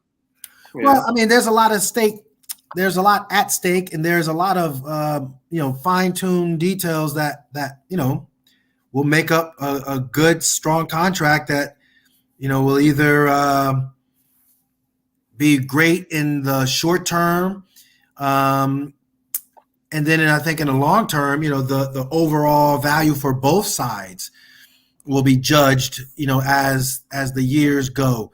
When you see the big body of work. I think as to his mom, and there have been other players in both the NBA and in the NFL that have done their contracts, and for the NFLPA, you can get a ton of information and understanding and knowledge to say, okay, these are the structures that basically make up XYZ contract. Mm-hmm. So, I hear you, but if he feels good about it, then that's his money. He's going to get minimum of $190 million. I mean, that's just the starting point. So can't necessarily fault him for feeling like, hey, I'll have all the structure of it, and it's going to work in my favor. So we have a guy coming on the end of the show here, Dan Tortora. He's a good friend of ours from Syracuse, and he told me to say hello to you. Because I talked to him on the phone. But I guess he was on your program, a year ago?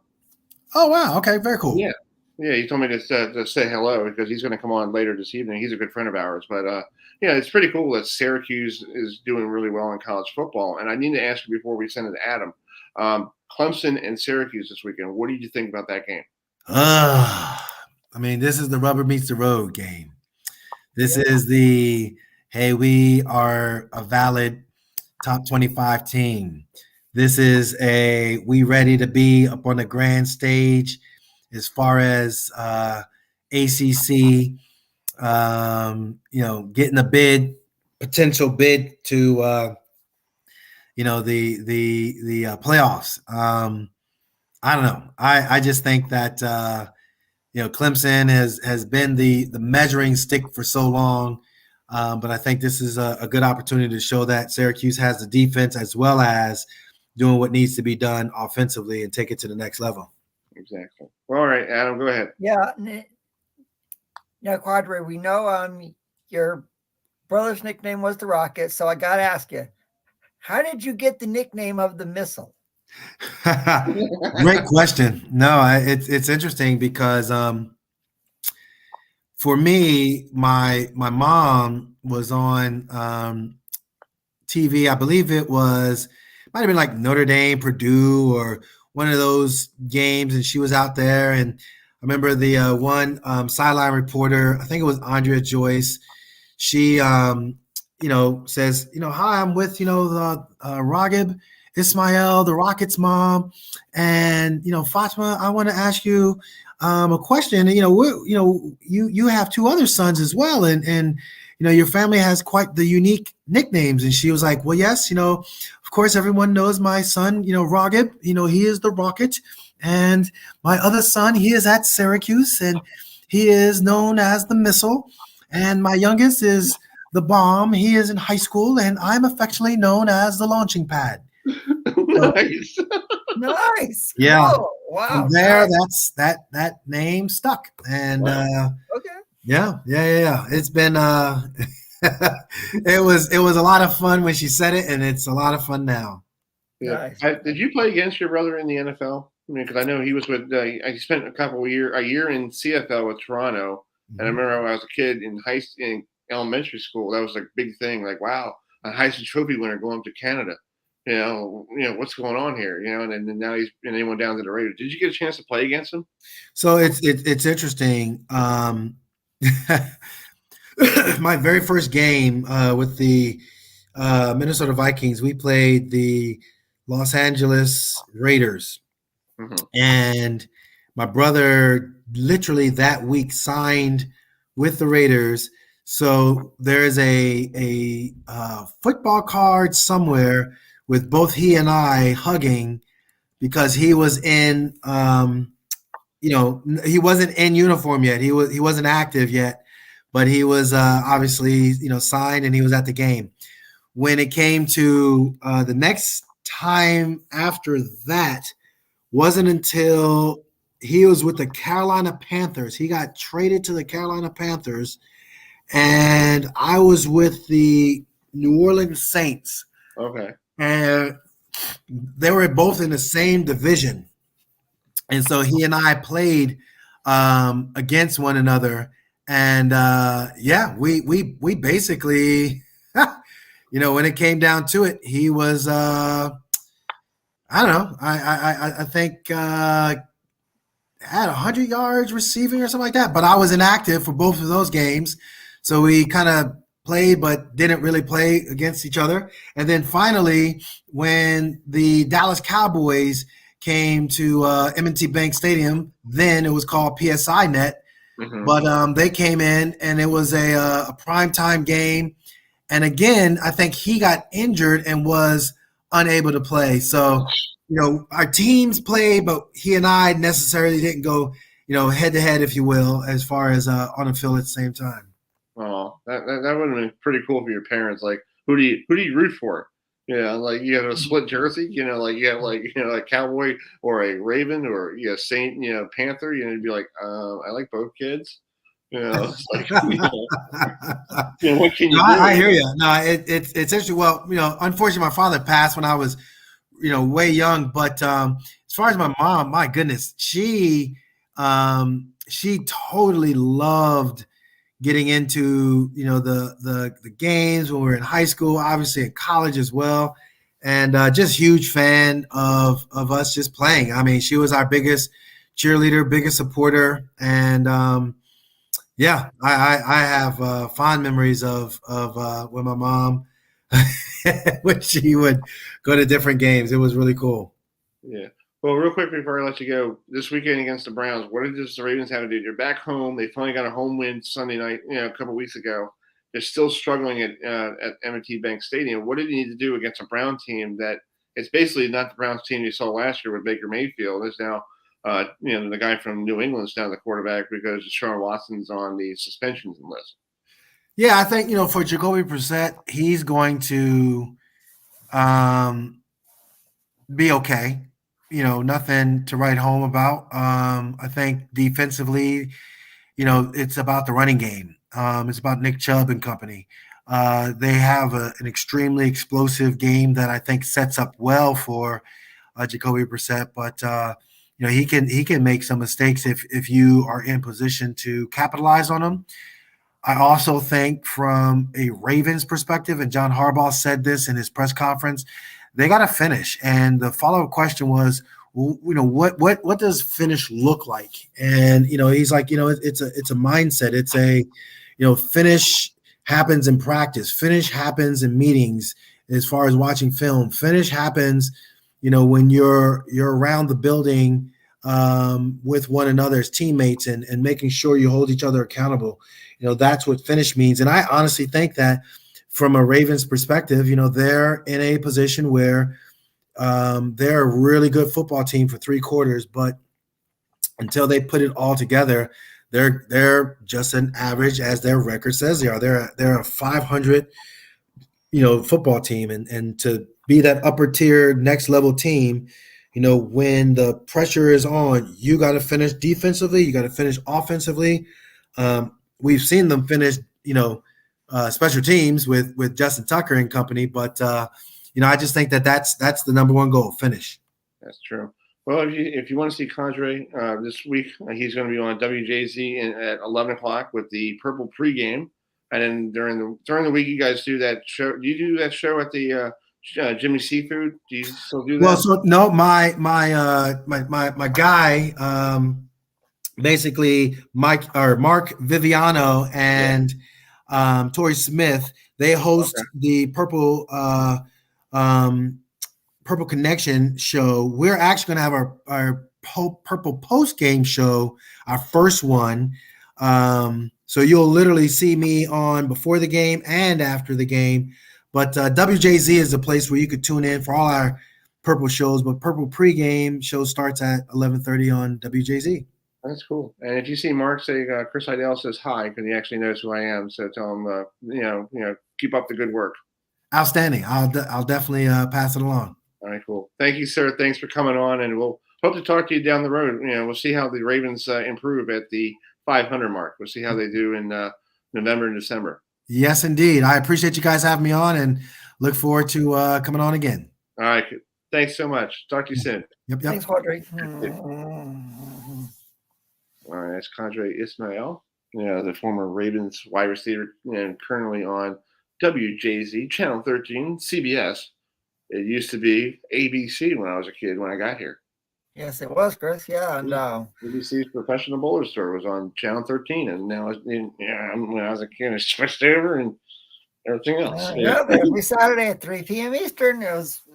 I watched in New Hampshire, my local ABC affiliate. Well, Well, it's 8:52. Let's bring in the voice of the thundering herd of Marshall. Marshall rolls into Harrisonburg this weekend to take on a JMU squad that's limping in after a tough loss against Georgia Southern. So let's bring in the voice of the thundering herd, Steve Colton, with us. Hey, Steve, how you doing? Doing well, thanks. Thanks for coming on. A big game. You guys haven't played these. This has been a long time since Marshall and JMU played. Well, you got to go back to when I was in elementary school or middle school, 1994. Yeah, there were a couple of meetings in the 1AA, we called it then, not FCS playoff days. Both of them were in Huntington, one in the late 1980s, and then, like you said, 1994, an overtime game. It was a really good game. One of the first games I was ever at Marshall University, and Marshall had to score in overtime. The first overtime, went for it on 4th and 1 from the 2-yard line and scored. Didn't want to risk a field goal and let JMU win it. And then JMU had a 4th down pass broken up in the end zone to try to tie it. Oh, wow. So just talk about this is your Marshall's first year in the Sun Belt after years in the Conference USA, and JMU coming out of the CAA to their first full year of Division I football, Power 5 football. This is pretty cool for the conference. You got Coastal Carolina, a bowl eligible. You got JMU got a chance to be bowl eligible this week if they play well against you guys. But you got Appalachian State. It's a great conference as a Sun Belt, and people don't give it that respect like you see in the ACC and the Big Ten.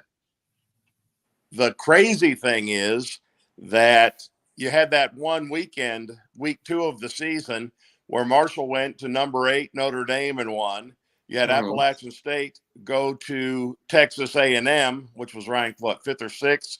Depending Right. on Yes. You had Georgia Southern go to Nebraska and win. Right now, the bottom 3 teams in the Sun Belt East standings are those 3. That's how competitive the league is. Yeah. And it's great for this little, the Sun Belt at the time. Like, it's not a little league anymore, but it seems like the Sun Belt's trying to play with the ACC, and they can play with the ACC. And you saw them playing with the SEC. It seems like any given Saturday, any of these teams in the Sun Belt could make a big splash. Yeah, and sort of overlooked, and it's probably not fair to them. Old Dominion, which made the move from Conference USA along with Marshall and Southern Miss, is the first place team in the East Division. That's a team that knocked off Virginia Tech, obviously, early in the year, and then this week got the win over Coastal Carolina and knocked them out of the unbeaten. So it is certainly an interesting start to Marshall's time in the Sun Belt Conference. Yeah. Adam, go ahead. Yeah. First of all, really cool to have you on the show. And you are the 28th year overall as a member of the Marshall broadcast crew. So that's pretty cool. So were you around when Chad Pennington was the quarterback at Marshall? I was, in fact, a couple of years before that. My very first game as the Marshall play-by-play guy. I'd been on the sidelines for a couple of years and the color man for a year. But year 4, my first year as the play-by-play guy, the first time I ever said touchdown heard, Randy Moss had the ball in his hands for his first Marshall touchdown. So nice. Followed that up with Chad Pennington, and then Byron Leftwich was the quarterback after Pennington. And the first years, I thought you just won championships every year. That's how it went. That's awesome. That's pretty cool. Your first broadcast was Randy Moss, who is now a Hall of Famer. And then you have Chad Pennington, who was actually a really decent Jet quarterback until he got hurt. And then you got Culpepper. You got Westwich. Brian Westwich is now the offensive coordinator of the Tampa Bay Buccaneers. So it's pretty cool. That's a big role for you. Yeah, that was a good run. Yeah, that's a great run. So what does Marshall got to do this week to quiet that? I've been down to Harrisonburg, Virginia for homecoming, and it's a loud crowd. They love their football down there. That whole area shuts down. Like it's like Saturday afternoons. You don't go down there. You just stay away from there. What does Marshall got to do to go into a place that they never played before and silence a crowd that is really pumped up because this is their first full season of Division I football? Yeah, and it is officially a sellout. And so Marshall knows that it's going to deal with that. Of course, it dealt with a sellout crowd at Notre Dame. All right. So that part of it, I don't know. In fact, you talk about the home field advantage and the crowd gets into it. And yes, you can have to deal with some noise issues and some penalties, but these guys like to play in good atmospheres where the crowd's going nuts. It's better if the crowd is on your side and it's a home game going nuts, but they don't want to go play in front of nobody. So that part of it, I don't think is the big worry. It's that you go against a very good JMU team that until Saturday was in the top 25. You're looking at statistically the number 1 and number 2 run defenses in all of college football. JMU gives up just over 30 yards a game rushing. Marshall's in the 70s, but that's second in the country in run defense. Both teams run the ball well themselves. They're both around number 20 in the nation in rushing offense. The difference on the stat sheet is that JMU also throws the ball effectively, and Marshall has struggled passing the football consistently. So you boil all these games down to, if you play good defense and you are pretty stout there, you're going to have a chance to win the game. But Marshall, I think, Marshall fans anyway, have been concerned over the lack of a passing game the last few weeks. And, it's a long time since Chad Pennington and Byron Leftwich were around throwing the football, but that is still sort of the mindset of Marshall crowd. that they want that kind of an offense. And so far this year, it hasn't been. It's been there in spurts, but it hasn't been there consistently. Yeah, it seems like every school has some quarterback they still go, well, he used to throw the ball around. Well, he's not there anymore. He's off doing his own thing, and and it's you see it all the time, Steve, in different programs. You go there to different schools and you hear different chatter like, well, we were good back in 1994. Well, this is 2022, people. 1994 was long time ago. When you got to do well now, and I feel like the Marshall being in the Sun Belt could do a lot well in this conference. Yeah, Marshall when Marshall started to make a name for itself on the national scene was back in those 1AA or FCS days, and Marshall was at that time a member of the Southern Conference, and I think the fan base still sort of views itself as that being a geographic fit. Well, on the FBS level, the Sun Belt is the Southern Conference. That's the more or less the same footprint. And the fans, even though you're only a couple of games into your conference schedule, I know that Marshall fans by and large are really excited about that part of it. They like compared to Conference USA, when you're going all the way to El Paso or to several teams in Texas, the Sun Belt has Texas State in there, but you have more drivable trips. And James Madison certainly right there as a pretty easy trip. You're talking about, for most of the fan base, about a 5-hour drive. I know Marshall sold out of its ticket allotment, and the people knew that, JMU seats about 25,000, so the ticket was going to be tough, and you better get on it quickly. But Appalachian State will have regular good crowds going back and forth both ways. Old Dominion, the same kind of thing. So I think the geography is better for Marshall than it's been for the last 15 years in Conference USA. And then the weather's going to be good. 71 degrees around kickoff, might be like in upper 60s, but I know better than 37 degrees in the morning. So that's good. Oh, that's for sure. It should be a great atmosphere. Looking forward to it this weekend. Yeah. With the weather right now, I'm thinking they should open the chairlifts down at Massanutten in the resort. Yeah.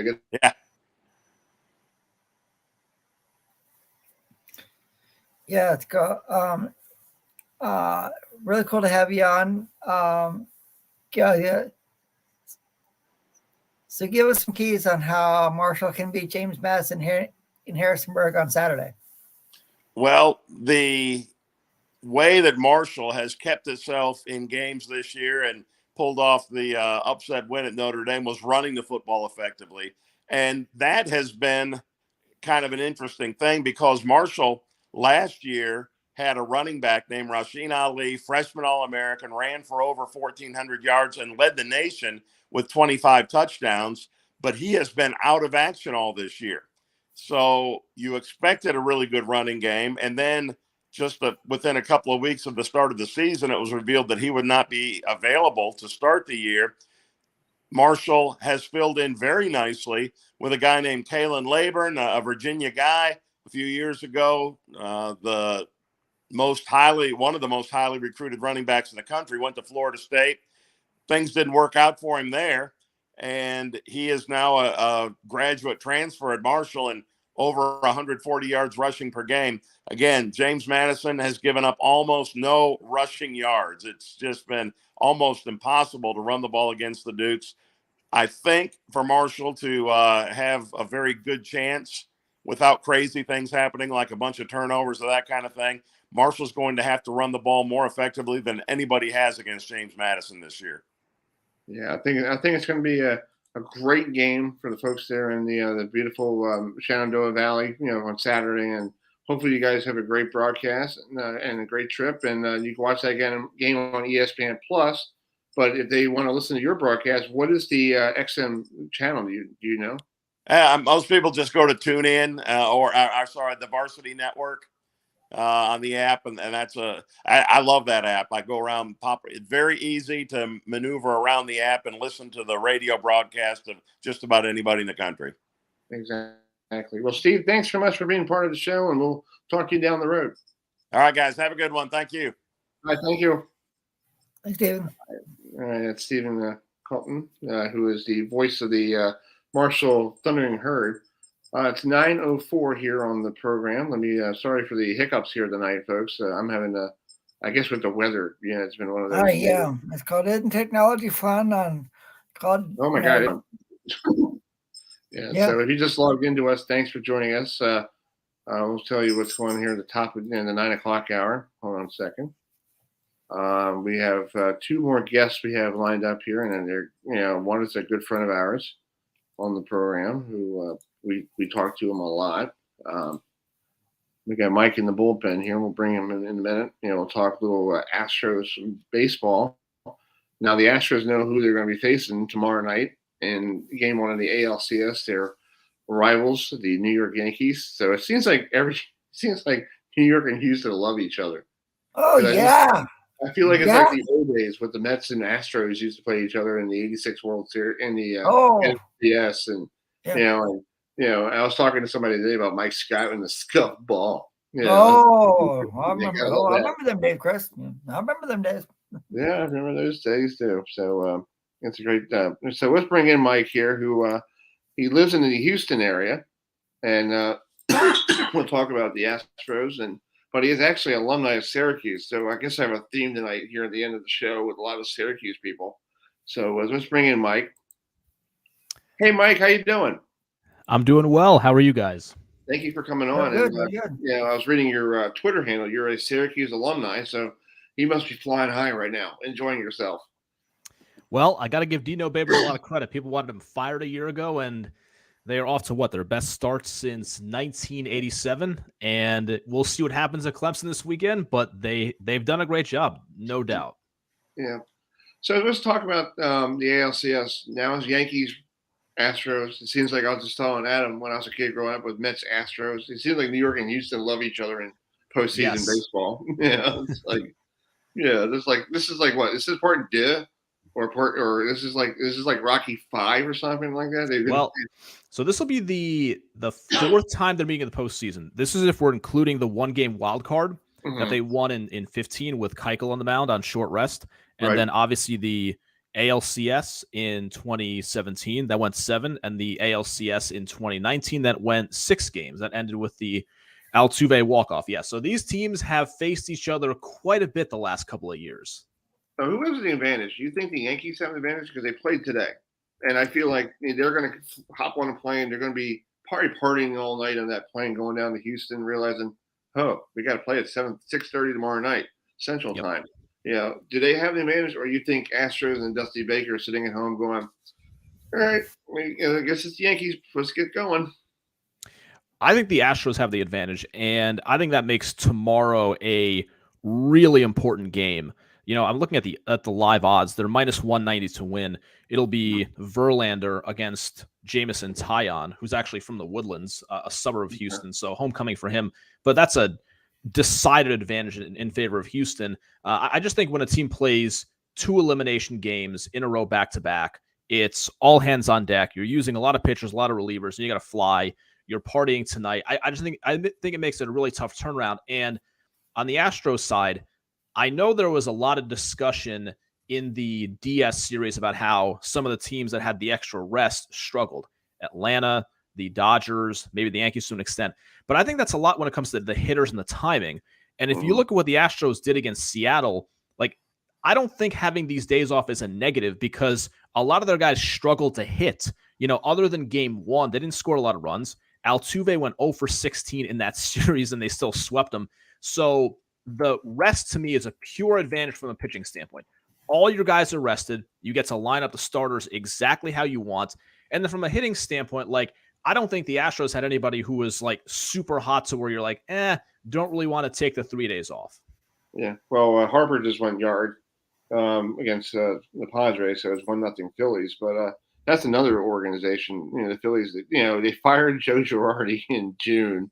Told him to hit the road jack after they got swept by the Mets, and the Mets just pounded them, up in Citi Field. Told him to get the road, hit the jack, roll out, Joe. We don't need you. And now they're in the NLCS. Did somebody pay attention to what's going on here? You maybe just want to just let them ride the ship out a little bit before you pull the plug. Yeah, it's definitely weird, like with these managers, because sometimes you feel in baseball like how much do they actually matter in the sense that they're all doing what the front office tells them. Right. The front office is, they're writing out the lineup card. The decisions with the bullpen are worked out well in advance. But I think you see this, and I can speak from a Houston standpoint that the softer side of managing, the motivation, the keeping the clubhouse, the having personal relationships with the guys. From what I can tell, if that is a thing, then I feel like Dusty Baker does that pretty well. But there's no doubt that with Philadelphia, maybe Girardi was kind of wearing on them with his hard-nosed style and the way that he kind of is. And so sometimes you just kind of need that change to jumpstart a clubhouse.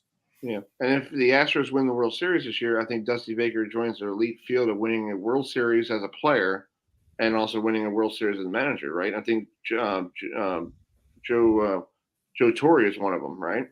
Yep. Yeah, and we've had a couple here. Girardi obviously being one of them who's done both. But when you look at Dusty, like it's been kind of he's been a very successful manager, right? Mm-hmm. Everywhere he has been successful, but it's been a little star-crossed, right? The Giants, they came so close in 2002. The Cubs with Pryor and obviously Kerry Wood. He's had opportunities the last couple of years in Houston, the ALCS 2 years ago, and then the World Series last year. Like he's come close a couple of times, but his teams haven't quite gotten it done. And I get the sense that nationally, nobody's going to be rooting for the Astros, but if they do win the World Series, I think a lot of people will be very happy for Dusty Baker specifically. And then you think Dusty, if they win the World Series, you think Dusty's going to say, "I'm done. Thank you so much. I appreciate it." I got my. Or do you think he's going to stick around for one more? So let's go for two. It's a great question. Like I haven't thought about it because Dusty doesn't actually have. This is the under-discussed thing about the Astros is their manager and their general manager both are not under contract for next season. And this has been talked about locally a little bit recently because there are some rumblings about is there friction between the owner James Click, the owner Jim Crane, and the GM James Click, who they brought over from Tampa for 2.5 years ago. And I got the sense in the discussion about those rumors that Dusty is kind of safer than James Click is. But it's to me, this organization has had so much success in the last 5 years, and it's to the point where they've turned over the manager, they've turned over the general manager, and yes, I think Jeff Luhnow is the number one reason why the Astros remain in this position today. But James Click had to do different things. He brought in some of these relievers who have made up one of the best bullpens in baseball. Dusty Baker's now been here for 3 not quite full seasons with COVID, but they've turned this over. And from a Jim Crane standpoint, I wouldn't want to mess with success is the way I look at it. To me, when things are going this well, and who knows what happens in the next week, 2 weeks, 3 weeks, but I don't mess with that kind of success. Right. Exactly. Adam, you got a question for Mike? No, Mike, you have an incredible team down there in Houston, and we know about Jose Altuve. But your third baseman, former LSU Tiger, Alex Bregman, he is sensational down there in Houston. Can also you have, Chris, Trey Mancini, who came from the Orioles. So, Mike, but he's not doing so hot down there. He's not right now. Yeah. Tell us about Alex Bregman and what he means to the Astros. Well, the funny thing about Bregman is that he had his best season in 19, where he finished second MVP voting, right? I mean, I think his WAR was over 8. He was just incredible. He had 41 home. He was the best player on the team. The COVID year wasn't as good. He got hurt a little bit. Slug 451, just kind of a mediocre season. Last year was okay, and he was out a bunch of that season. He played 91 games, and the health has been an issue with him in 2020, 2021. And then this year was really interesting in that when we were talking about Alex Bregman in April and May, it was hey, is this the same player? I know that he's 28 years old and he should be in his prime, but why is his OPS 700? He can't get the ball out of the ballpark. What's going on? And I thought Bregman was terrific in the second half of the season. Like he turned it on, and you look at the splits, and he was just much better. When you look at, he got better a little bit in July, then August he was hot, September as well. So he was just much better in the second half of the season. And while you look at the end, it's like, okay, batting average was basically 260, but I thought he ended the season much better than he started it. And I thought that was obvious in watching the Seattle series. Like, Jordan's the story. That's obvious. He basically won games 1 and 2 almost single-handedly. But Alex Bregman was the reason why Yordan Alvarez was in the position a week ago to hit that 3-run homer to walk it off, because he hit the 2-run homer in the previous inning to make it close and to make the Mariners use their high leverage guys. For me, like, Bregman, to me, when he's going well, he's not like their most powerful hitter, but he's their best hitter when he's going well because of his plate discipline. You know he's going to give you a professional at bat, and I thought he was very good in the ALDS, and that's one of the things that needs to like keep happening, because unlike the Astros of 2019 and the last 2 years, this team is not as good offensively. It's really about 4 guys: Altuve, Alvarez, Bregman, Tucker. Past that, there are a lot of holes in the lineup. Now, Pena was pretty good in the DS. Yuli basically rose from the dead to hit 400 in the DS. I think this team, if they're going to win the World Series, they need some contributions from a Trey Mancini, a Christian Vasquez, maybe a little bit, like something, anything out of a Chas McCormick type. I think they will need not a lot, but just a few big hits from those guys in this ALCS and potentially the World Series. Exactly. Well, Mike, let me let you go, but thank you so much for coming on. Real quick, you do a lot of stuff with Mad Dog Radio. Just talk about what you do with that wonderful XM station. Absolutely, yes. People can catch me on Mad Dog Sports Radio. It is channel 82 on Sirius XM. I'm typically on Saturdays from, Eastern time. It's 11 a.m. to 3 p.m. I am off on Saturday because I'm visiting a good friend of mine in Columbus, so I'll be at the Ohio State-Iowa game. But I'll be on the following Saturday. So I'm typically on Saturdays from 11 to 3 p.m. Eastern time. That's awesome. Well, thanks so much for coming on, and enjoy your trip to Columbus, and hopefully you'll see a great game between the number 2 Ohio State and Iowa. We shall see. My first time in the horseshoe, so I'm looking forward to it. Thank you, guys. All right, man. Thanks for coming on. Thank you.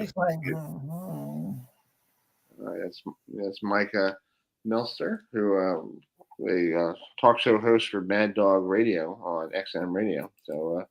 So I think if you're network TV, Adam, I think you really want Yanks and Padres, because you get the New York market, and I know San Diego is not a big market, but you get every network wants in LA, New York, or Chicago, no matter what it is, because that's the ratings.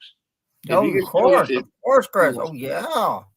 If you get Yanks and Phillies, that's a rematch of the 2009 World Series that I went to see Game 2 at the Bronx when Pedro was pitching for the Phillies, and everybody kept on saying, "Who's your daddy?" Yep. Yeah. And it was pretty funny to hear that jingle all throughout the stadium. That time. I believe it, Chris. Call. Yeah, I'm watching the game on Fox Sports 1 here between the Phillies and Padres, and Soto did not like that call. He has the Juan Soto shuffle when he gets up to the plate. And there was a meme came out a couple years ago when you see him moving around in the batter's box. I know which one you're talking about, Chris. I know which one you're talking about. Oh yeah. I was like, really, dude? He's looking at the pitch and he grabs it. Like there's one guy for the Cardinals, he was like the guy was pitching, so he grabs his cup, and the other guy grabs his cup. It's like, okay. So let's bring in our good friend Dan Tortora. He might be running for mayor of Syracuse. He might. I think he is, Chris. I do believe he will be running for mayor. Him and George should have a debate next week. Yeah. On the yeah. So we got the new mayor of Syracuse, Dan Tortora, here of Dan Tortora Media. So you should be mayor of Syracuse. Everybody thinks Syracuse is a big team now. I'd vote for you, Dan. Thank you. Yeah, I ironically was told last week to run for office, and I have thought about it. And I actually ironically said a couple days ago on my show. I said something and I was kind of giving my thoughts on how the world should be and things I'm looking for. And after I said it all, it kind of sounded like a pulpit speech. So I said right before the break, I said, well, and I guess I should tell you all that I'm running for office. And then I went to commercial. So we'll see. We'll see. I guess the future is bright. We'll see. Yeah. So Qadry was on our show. I dropped your name and he goes, oh, tell him I said hi. I'm like, okay, I will. Yeah. So, it was like having him on the program. He seems like a cool, down to earth guy. And he was telling us stories about how his mom called him the missile and his other brother's the bomb. That's pretty cool. Yeah. You got the rocket, the missile, the bomb, and it's pretty awesome. His mom is actually called the launching pad. Yep. Yeah. That's what he said. So yeah, anyway, it's pretty cool. So let's talk about this big game. Well, my dog is sitting here like trying to get involved with the program here, but sit down, big guy. Clemson and Syracuse. Syracuse beat Clemson a couple years ago in the Dome. That was a classic Friday night game that I was down in. This time last year, a couple years ago, I was down in Duke covering Florida State and Duke, and my buddy and I got there. I was like, "Whoa, that's an upset." I was like, "Wow." So can Syracuse do the same thing this time in Death Valley, and then nobody gets a chance to go down to Death Valley and beat a Clemson team? I think Syracuse can do that this year. I mean, I think you look at the funny thing. I mean, we brought it up on the show on Monday when I was here doing a Tortora and Alfred in the studios that I'm sitting in right now with Isaac Alfred, awesome guy. And so we were doing our Monday show and we were talking about, statistically where these teams are at. And first and foremost, to DJ Uyunglele, I mean, I have no idea why, I guess the narrative, some people just follow the bouncing ball and they were told last year that he sucks and they've just tried to keep the narrative going. But his numbers don't show that at all. And his numbers are actually very good. And, I was looking at his numbers and comparing really Clemson to Syracuse by the numbers. Keep in mind, Clemson's played 7 games, Syracuse played 6. But you look at DJ and what he's done up to this point, and, he has 1,665 yards, which is, passing yards, which has been really good here and strong. 64.3% completion percentage, 17 passing touchdowns to 2 interceptions. And I'm sitting here, kind of racking my brain trying to figure out how that doesn't showcase what a good quarterback is. So that's kind of thrown me off a little bit here when we're looking at the stats of it all, because he's definitely gone to work and he's done some really good things. And, we look at Garrett Schrader and Schrader in and of himself, he's shown what he's been able to do this year. And I think, and I've gone on record saying this, and I'll continue to go on record saying this, I never said that he couldn't throw. I'm actually probably one of the only people that said he could. And I was considered probably crazy because, the narrative was that he wasn't. But again, that stupid narrative of DJ. There's also a dumb narrative of Garrett. He's completed 69.7% of his passes, thrown to numerous receivers. Bunch of guys have touchdowns already. He's got over 1,400 yards. And keep in mind, you got 1,400 to 1,600, and DJ's played an extra game. You got 12 touchdowns to 3 interceptions for Garrett Schrader. And like I said, almost a 70% completion percentage. He's graded out as the highest quarterback multiple times this season in multiple weeks. And he's the second leading rusher on the team. And DJ's the second leading rusher on Clemson. So you're looking at DJ, you're looking at Garrett. By the numbers, they're not that far off. And they are the same type of weapon to their team, which is pretty cool to see. And obviously people are going to give credit to Clemson, maybe not to DJ like they did to Trevor Lawrence, but Garrett Schrader is no slouch. He played in the SEC. He was at Mississippi State. So I can't sing praises enough of Garrett Schrader because he backs it up. It's not like I say it and he doesn't. So I got a lot of respect for him. And he's not a guy who gets swallowed up by the moment, so to speak. Yeah, and plus, do you think this being 6-0, does Dino Babers saves his job, or is he still people are still going to give him that garbage? I feel like this probably saved him for another year. 6-0. Coming out of the gate, everybody didn't give Syracuse any credit in the beginning. We were down at the ACC Media Day, you and I, and it was like nobody really gave a darn about, Syracuse. And now Syracuse is like, everybody's like, do they still play football up there? I'm waiting for basketball. It's like, really? Like, they do play football, people. Come on. Yeah. Yeah. I mean, Dino, the best thing Dino could have done, it looks right now, have hired Tony White as D coordinator a couple of years ago, hired Robert Anae as offensive coordinator from that explosive offense in Virginia that is not as explosive without him there now, and Jason Beck too as the quarterback coach. And then, they brought in Michael Johnson to be the wide receivers coach, and they brought in Coach Lig, Bob Ligashevsky, to be the special teams coordinator. So I was asked the question, why is Dino better this year? And I said, because he hired better coaches. He hired better coordinators. And it can't go understated that Tony White has done his job since he came through the door. Robert Anae is doing his job, and Coach Lig is doing his. And so, did Dino save his job? Yeah. This is the first time Syracuse is 6-0 since 1987 when they went undefeated. If anybody talks to me about Dino losing his job this year, I will absolutely positively block and leave that conversation because I don't talk to stupid people. Yeah. Adam, go ahead. Yeah. You mentioned Scott. I think I think Syracuse can go down to Clemson and give them one heck of a game. I think it's going to be a close game down there. So what are some keys for Syracuse to win in that crazy atmosphere, Death Valley, on Saturday against Clemson, Dan? Yeah, I appreciate the question. Thank you for that. I would say, Syracuse's key to victory, first and foremost, in my opinion, what they've done all year. Dino kind of broke the mold here and changed things. Back in the day, a decade or so ago, when you won the coin toss, you took the ball. And then we saw these coaches change over the years. And when you won the coin toss, you defer to the second half. Well, Dino this year, and whenever he's won the coin toss, he's taken the ball, and they've scored first.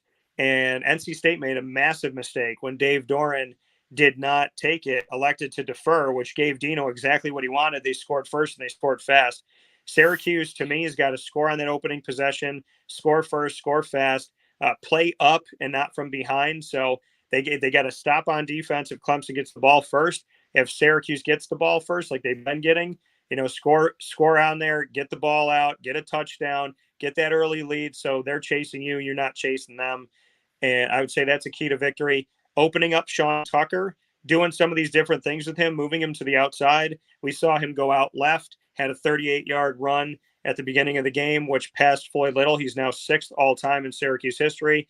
At that time, he had 2,706 to Floyd's 2,704. He's coming into this game with 2,766 with an opportunity to crack into the top 5. The next up is James Mungro, who has a little bit over 2,800. So I figured it out that if he got at least 70 yards a game for these last 7 games, which included NC State, and he got 98 in that game. If he gets at least 70 yards for each of these next 7 games, he's going to put himself in a position where he can crack the top 3 potentially in Syracuse history. So he doesn't even have to get 100 yards a game. So Sean's got to be utilized. They got to use the option. They got to use the fake. Garrett's good on his legs. He's got to be willing to run. He also has to be smart and stay in the pocket when he needs to. He's got a huge weapon in Arande Gadsden II, 3 100-yard games in the first 6 games of the season, 5 touchdowns, 507 yards. Sometimes Syracuse receivers don't finish the season with 300 yards. So, Arande, they got to use him over the middle. They got to keep playing that matchup. He's 6'5". I'd like to see them use a little sleeper and that you don't have a lot of film on, which is Damian Alford, because he's 6'6". He can go up and get it. So I would say play to your height of your receivers, play to the middle of the field with Arande, which Syracuse used to get burned on all the time. Put Sean Tucker on the outside, pitch him the ball, get him away from having to run up the gut against those big bodies of Clemson. Stay in the pocket, Garrett, when you need to. And the defense will just keep doing what they're doing. They're +5 in turnovers. Clemson is +6 with an extra game. And the defense has been brutal. Andre Schmidt, keep doing what you're doing. His leg is crazy. My guy Brady Denneberg, the true freshman, is kicking it into the end zone on pretty much every kickoff. So, keep doing that. And really, you got to score first and score fast. Make Death Valley have to quiet down in the beginning of the game. Because if you can, it's like hitting Tom Brady early. If you can get into the belly of the beast and you can smack him quick, then Syracuse all of a sudden has the momentum. And for people that don't believe in momentum, I guess they've never watched sports before. Yeah. Thank you. I'll agree with that. Well, real quick, let's talk about the NFL. Let's talk about the Jaguars. They're taking on the Giants, and then you feel like Giants are coming in 5-1, just beat a very slumping Baltimore Ravens squad that's still trying to figure out where they are. I know you're going to be flying down to that, right? You're going to be there for that game? Yeah, this is year number 12 in some respects of covering the team on site on location for That's cool. a dozen of years now. And I love the organization. I love the people there.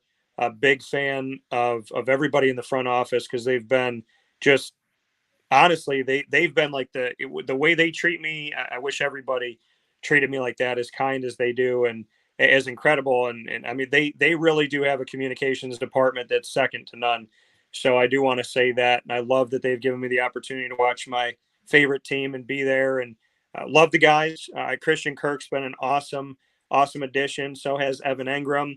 I'm happy ETN's healthy. Love James Robinson, the undrafted free agent out of Illinois State. Trevor Lawrence is Trevor Lawrence. You can't teach 6'6", and there's a lot of good guys on there. Syracuse guy Andre Cisco putting his work in. So this is going to be a tall task. Never underestimate the Jaguars at home. Never underestimate the fact that they play good against the teams that they shouldn't, and then they don't always beat the teams like Houston that they should. So this game could go their way, but I think the Giants are going to get it. My good friend DeAndre Smith is the running backs coach at Saquon Barkley and the crew there. And I said, DeAndre has made non-household names household names. So if he can do that, then he can bring Saquon Barkley back in the limelight. And what did he do? Saquon leading the country in rushing yards. So, I think the Giants are going to be a really tough task, and I think the Giants are going to get the victory over the weekend. I do have to ask you, are you going to London next week? Did Dan Tortora, wake up DT live from London, early in the morning? Or are you? I am not going to London. I have a Notre Dame game that I have to be here for. Notre Dame has not come back to the Dome in what feels like 150 years. So I got to be here for that. I got to dress up as Star-Lord and have Groot and dress my dog up as Rocket Raccoon. So we got a Guardians of the Galaxy type of Halloween going on. But I will, at some point in my life, I hopefully will go to London. But I made myself a promise that I won't go. The first time I go to Europe, I have to go to Italy or Spain, where my family's from. And then after that, I can go to London, but not before I go see my family. That's cool. Well, I want to let you go, but I want to first of all say congratulations to your father, because I know he was working for the New York PD, and my dad used to be a detective back in the 70s, up there, and congratulations on his career. And I guess Dad is going to be available now. Yeah, Dad worked for the Attorney General's office, and before that worked in the District Attorney's office. 42 years of wearing the white hat, as he would call it, and trying to be a voice to the voiceless. And I love my dad. He has an opportunity to relax and go live his life. I got to speak at his event and got to share my thoughts on him. So very happy that my dad wore the white hat. Very proud of my father, and very thankful that he spoke for the people that didn't have a voice. And I know he'll continue to do that in his own way. Hey, we have fathers who do something really well, and I have a father who does stuff that he did, and I appreciate what he did, and he's still around. My dad's still around. We all have fathers who we care about. So he was not a mechanic for a long time, and now he's just enjoying his life. Your father does a great job and tell him congratulations on his service from us, because I love people who does that stuff. It brings me, because I'm a New Yorker too. I'm from Long Island, so makes me feel home when I see some of that stuff. Yeah, and he was overseeing 13 counties in the state of New York, and had to go down to New York City a lot and go to Albany and whatnot. Oh, wow. So my dad is known all over this great state for trying to do the right thing. So, I appreciate him for that. I got to shout out my mom too. One of the most incredible human beings on the planet. All three of us in our house. My mom wanted to be a flight attendant. My dad wanted to be a lawyer. There's a lot of things I want to do. One of them is sportscasting. And, not many households can say 100% of us have lived our dreams. So, you do what you love what you do. Because if you're not doing that, you're not really living. And my parents and I, we're blessed that God paved the way, and that our dreams weren't just dreams, but that we woke up into a better reality. Yeah. Hey, what do you say on your cell phone? Because I love what you say at the end of your message. Always tell people what you say at the end of your cell phone message. I like that. That's really good. Say, explain that. So the end of I'm trying to think, because there's something I say at the end of all my shows, and I can't remember if I say that on my message. But what do I say on the message? Refresh me here. I think it's like be kind, something, and be well, something like that. Oh yeah. So I mean, just be faithful, be kind, be well, be good to each other. And I think the thing I say at the end of all my shows is God bless, no stress, do your best. And it's a simple way of saying, know that God is with you no matter who else is. Don't have stress in your life, because it only kills, it never brings life. And do your best, because if you do your best, the people that matter in your life will always be proud of you. They'll be proud of you when you don't think you did your best. So, the easiest thing I can tell people is there is a God. He does love you. Life is not as bad as you think it is. And stop living for the accolades and the patting on the back of other people. If you're living for other people to tell you you're great at what you do, you'll always be let down. But if you focus on God in the stands and you look to see if he's smiling at the end of your show, well, if he is, then you did a good job. So I serve God. I'm proud to say it. I'm never going to shy away from that. I'm proud to say it too. I'm proud to say it too. So yeah, I mean, I love God, and I got a really good support system of people.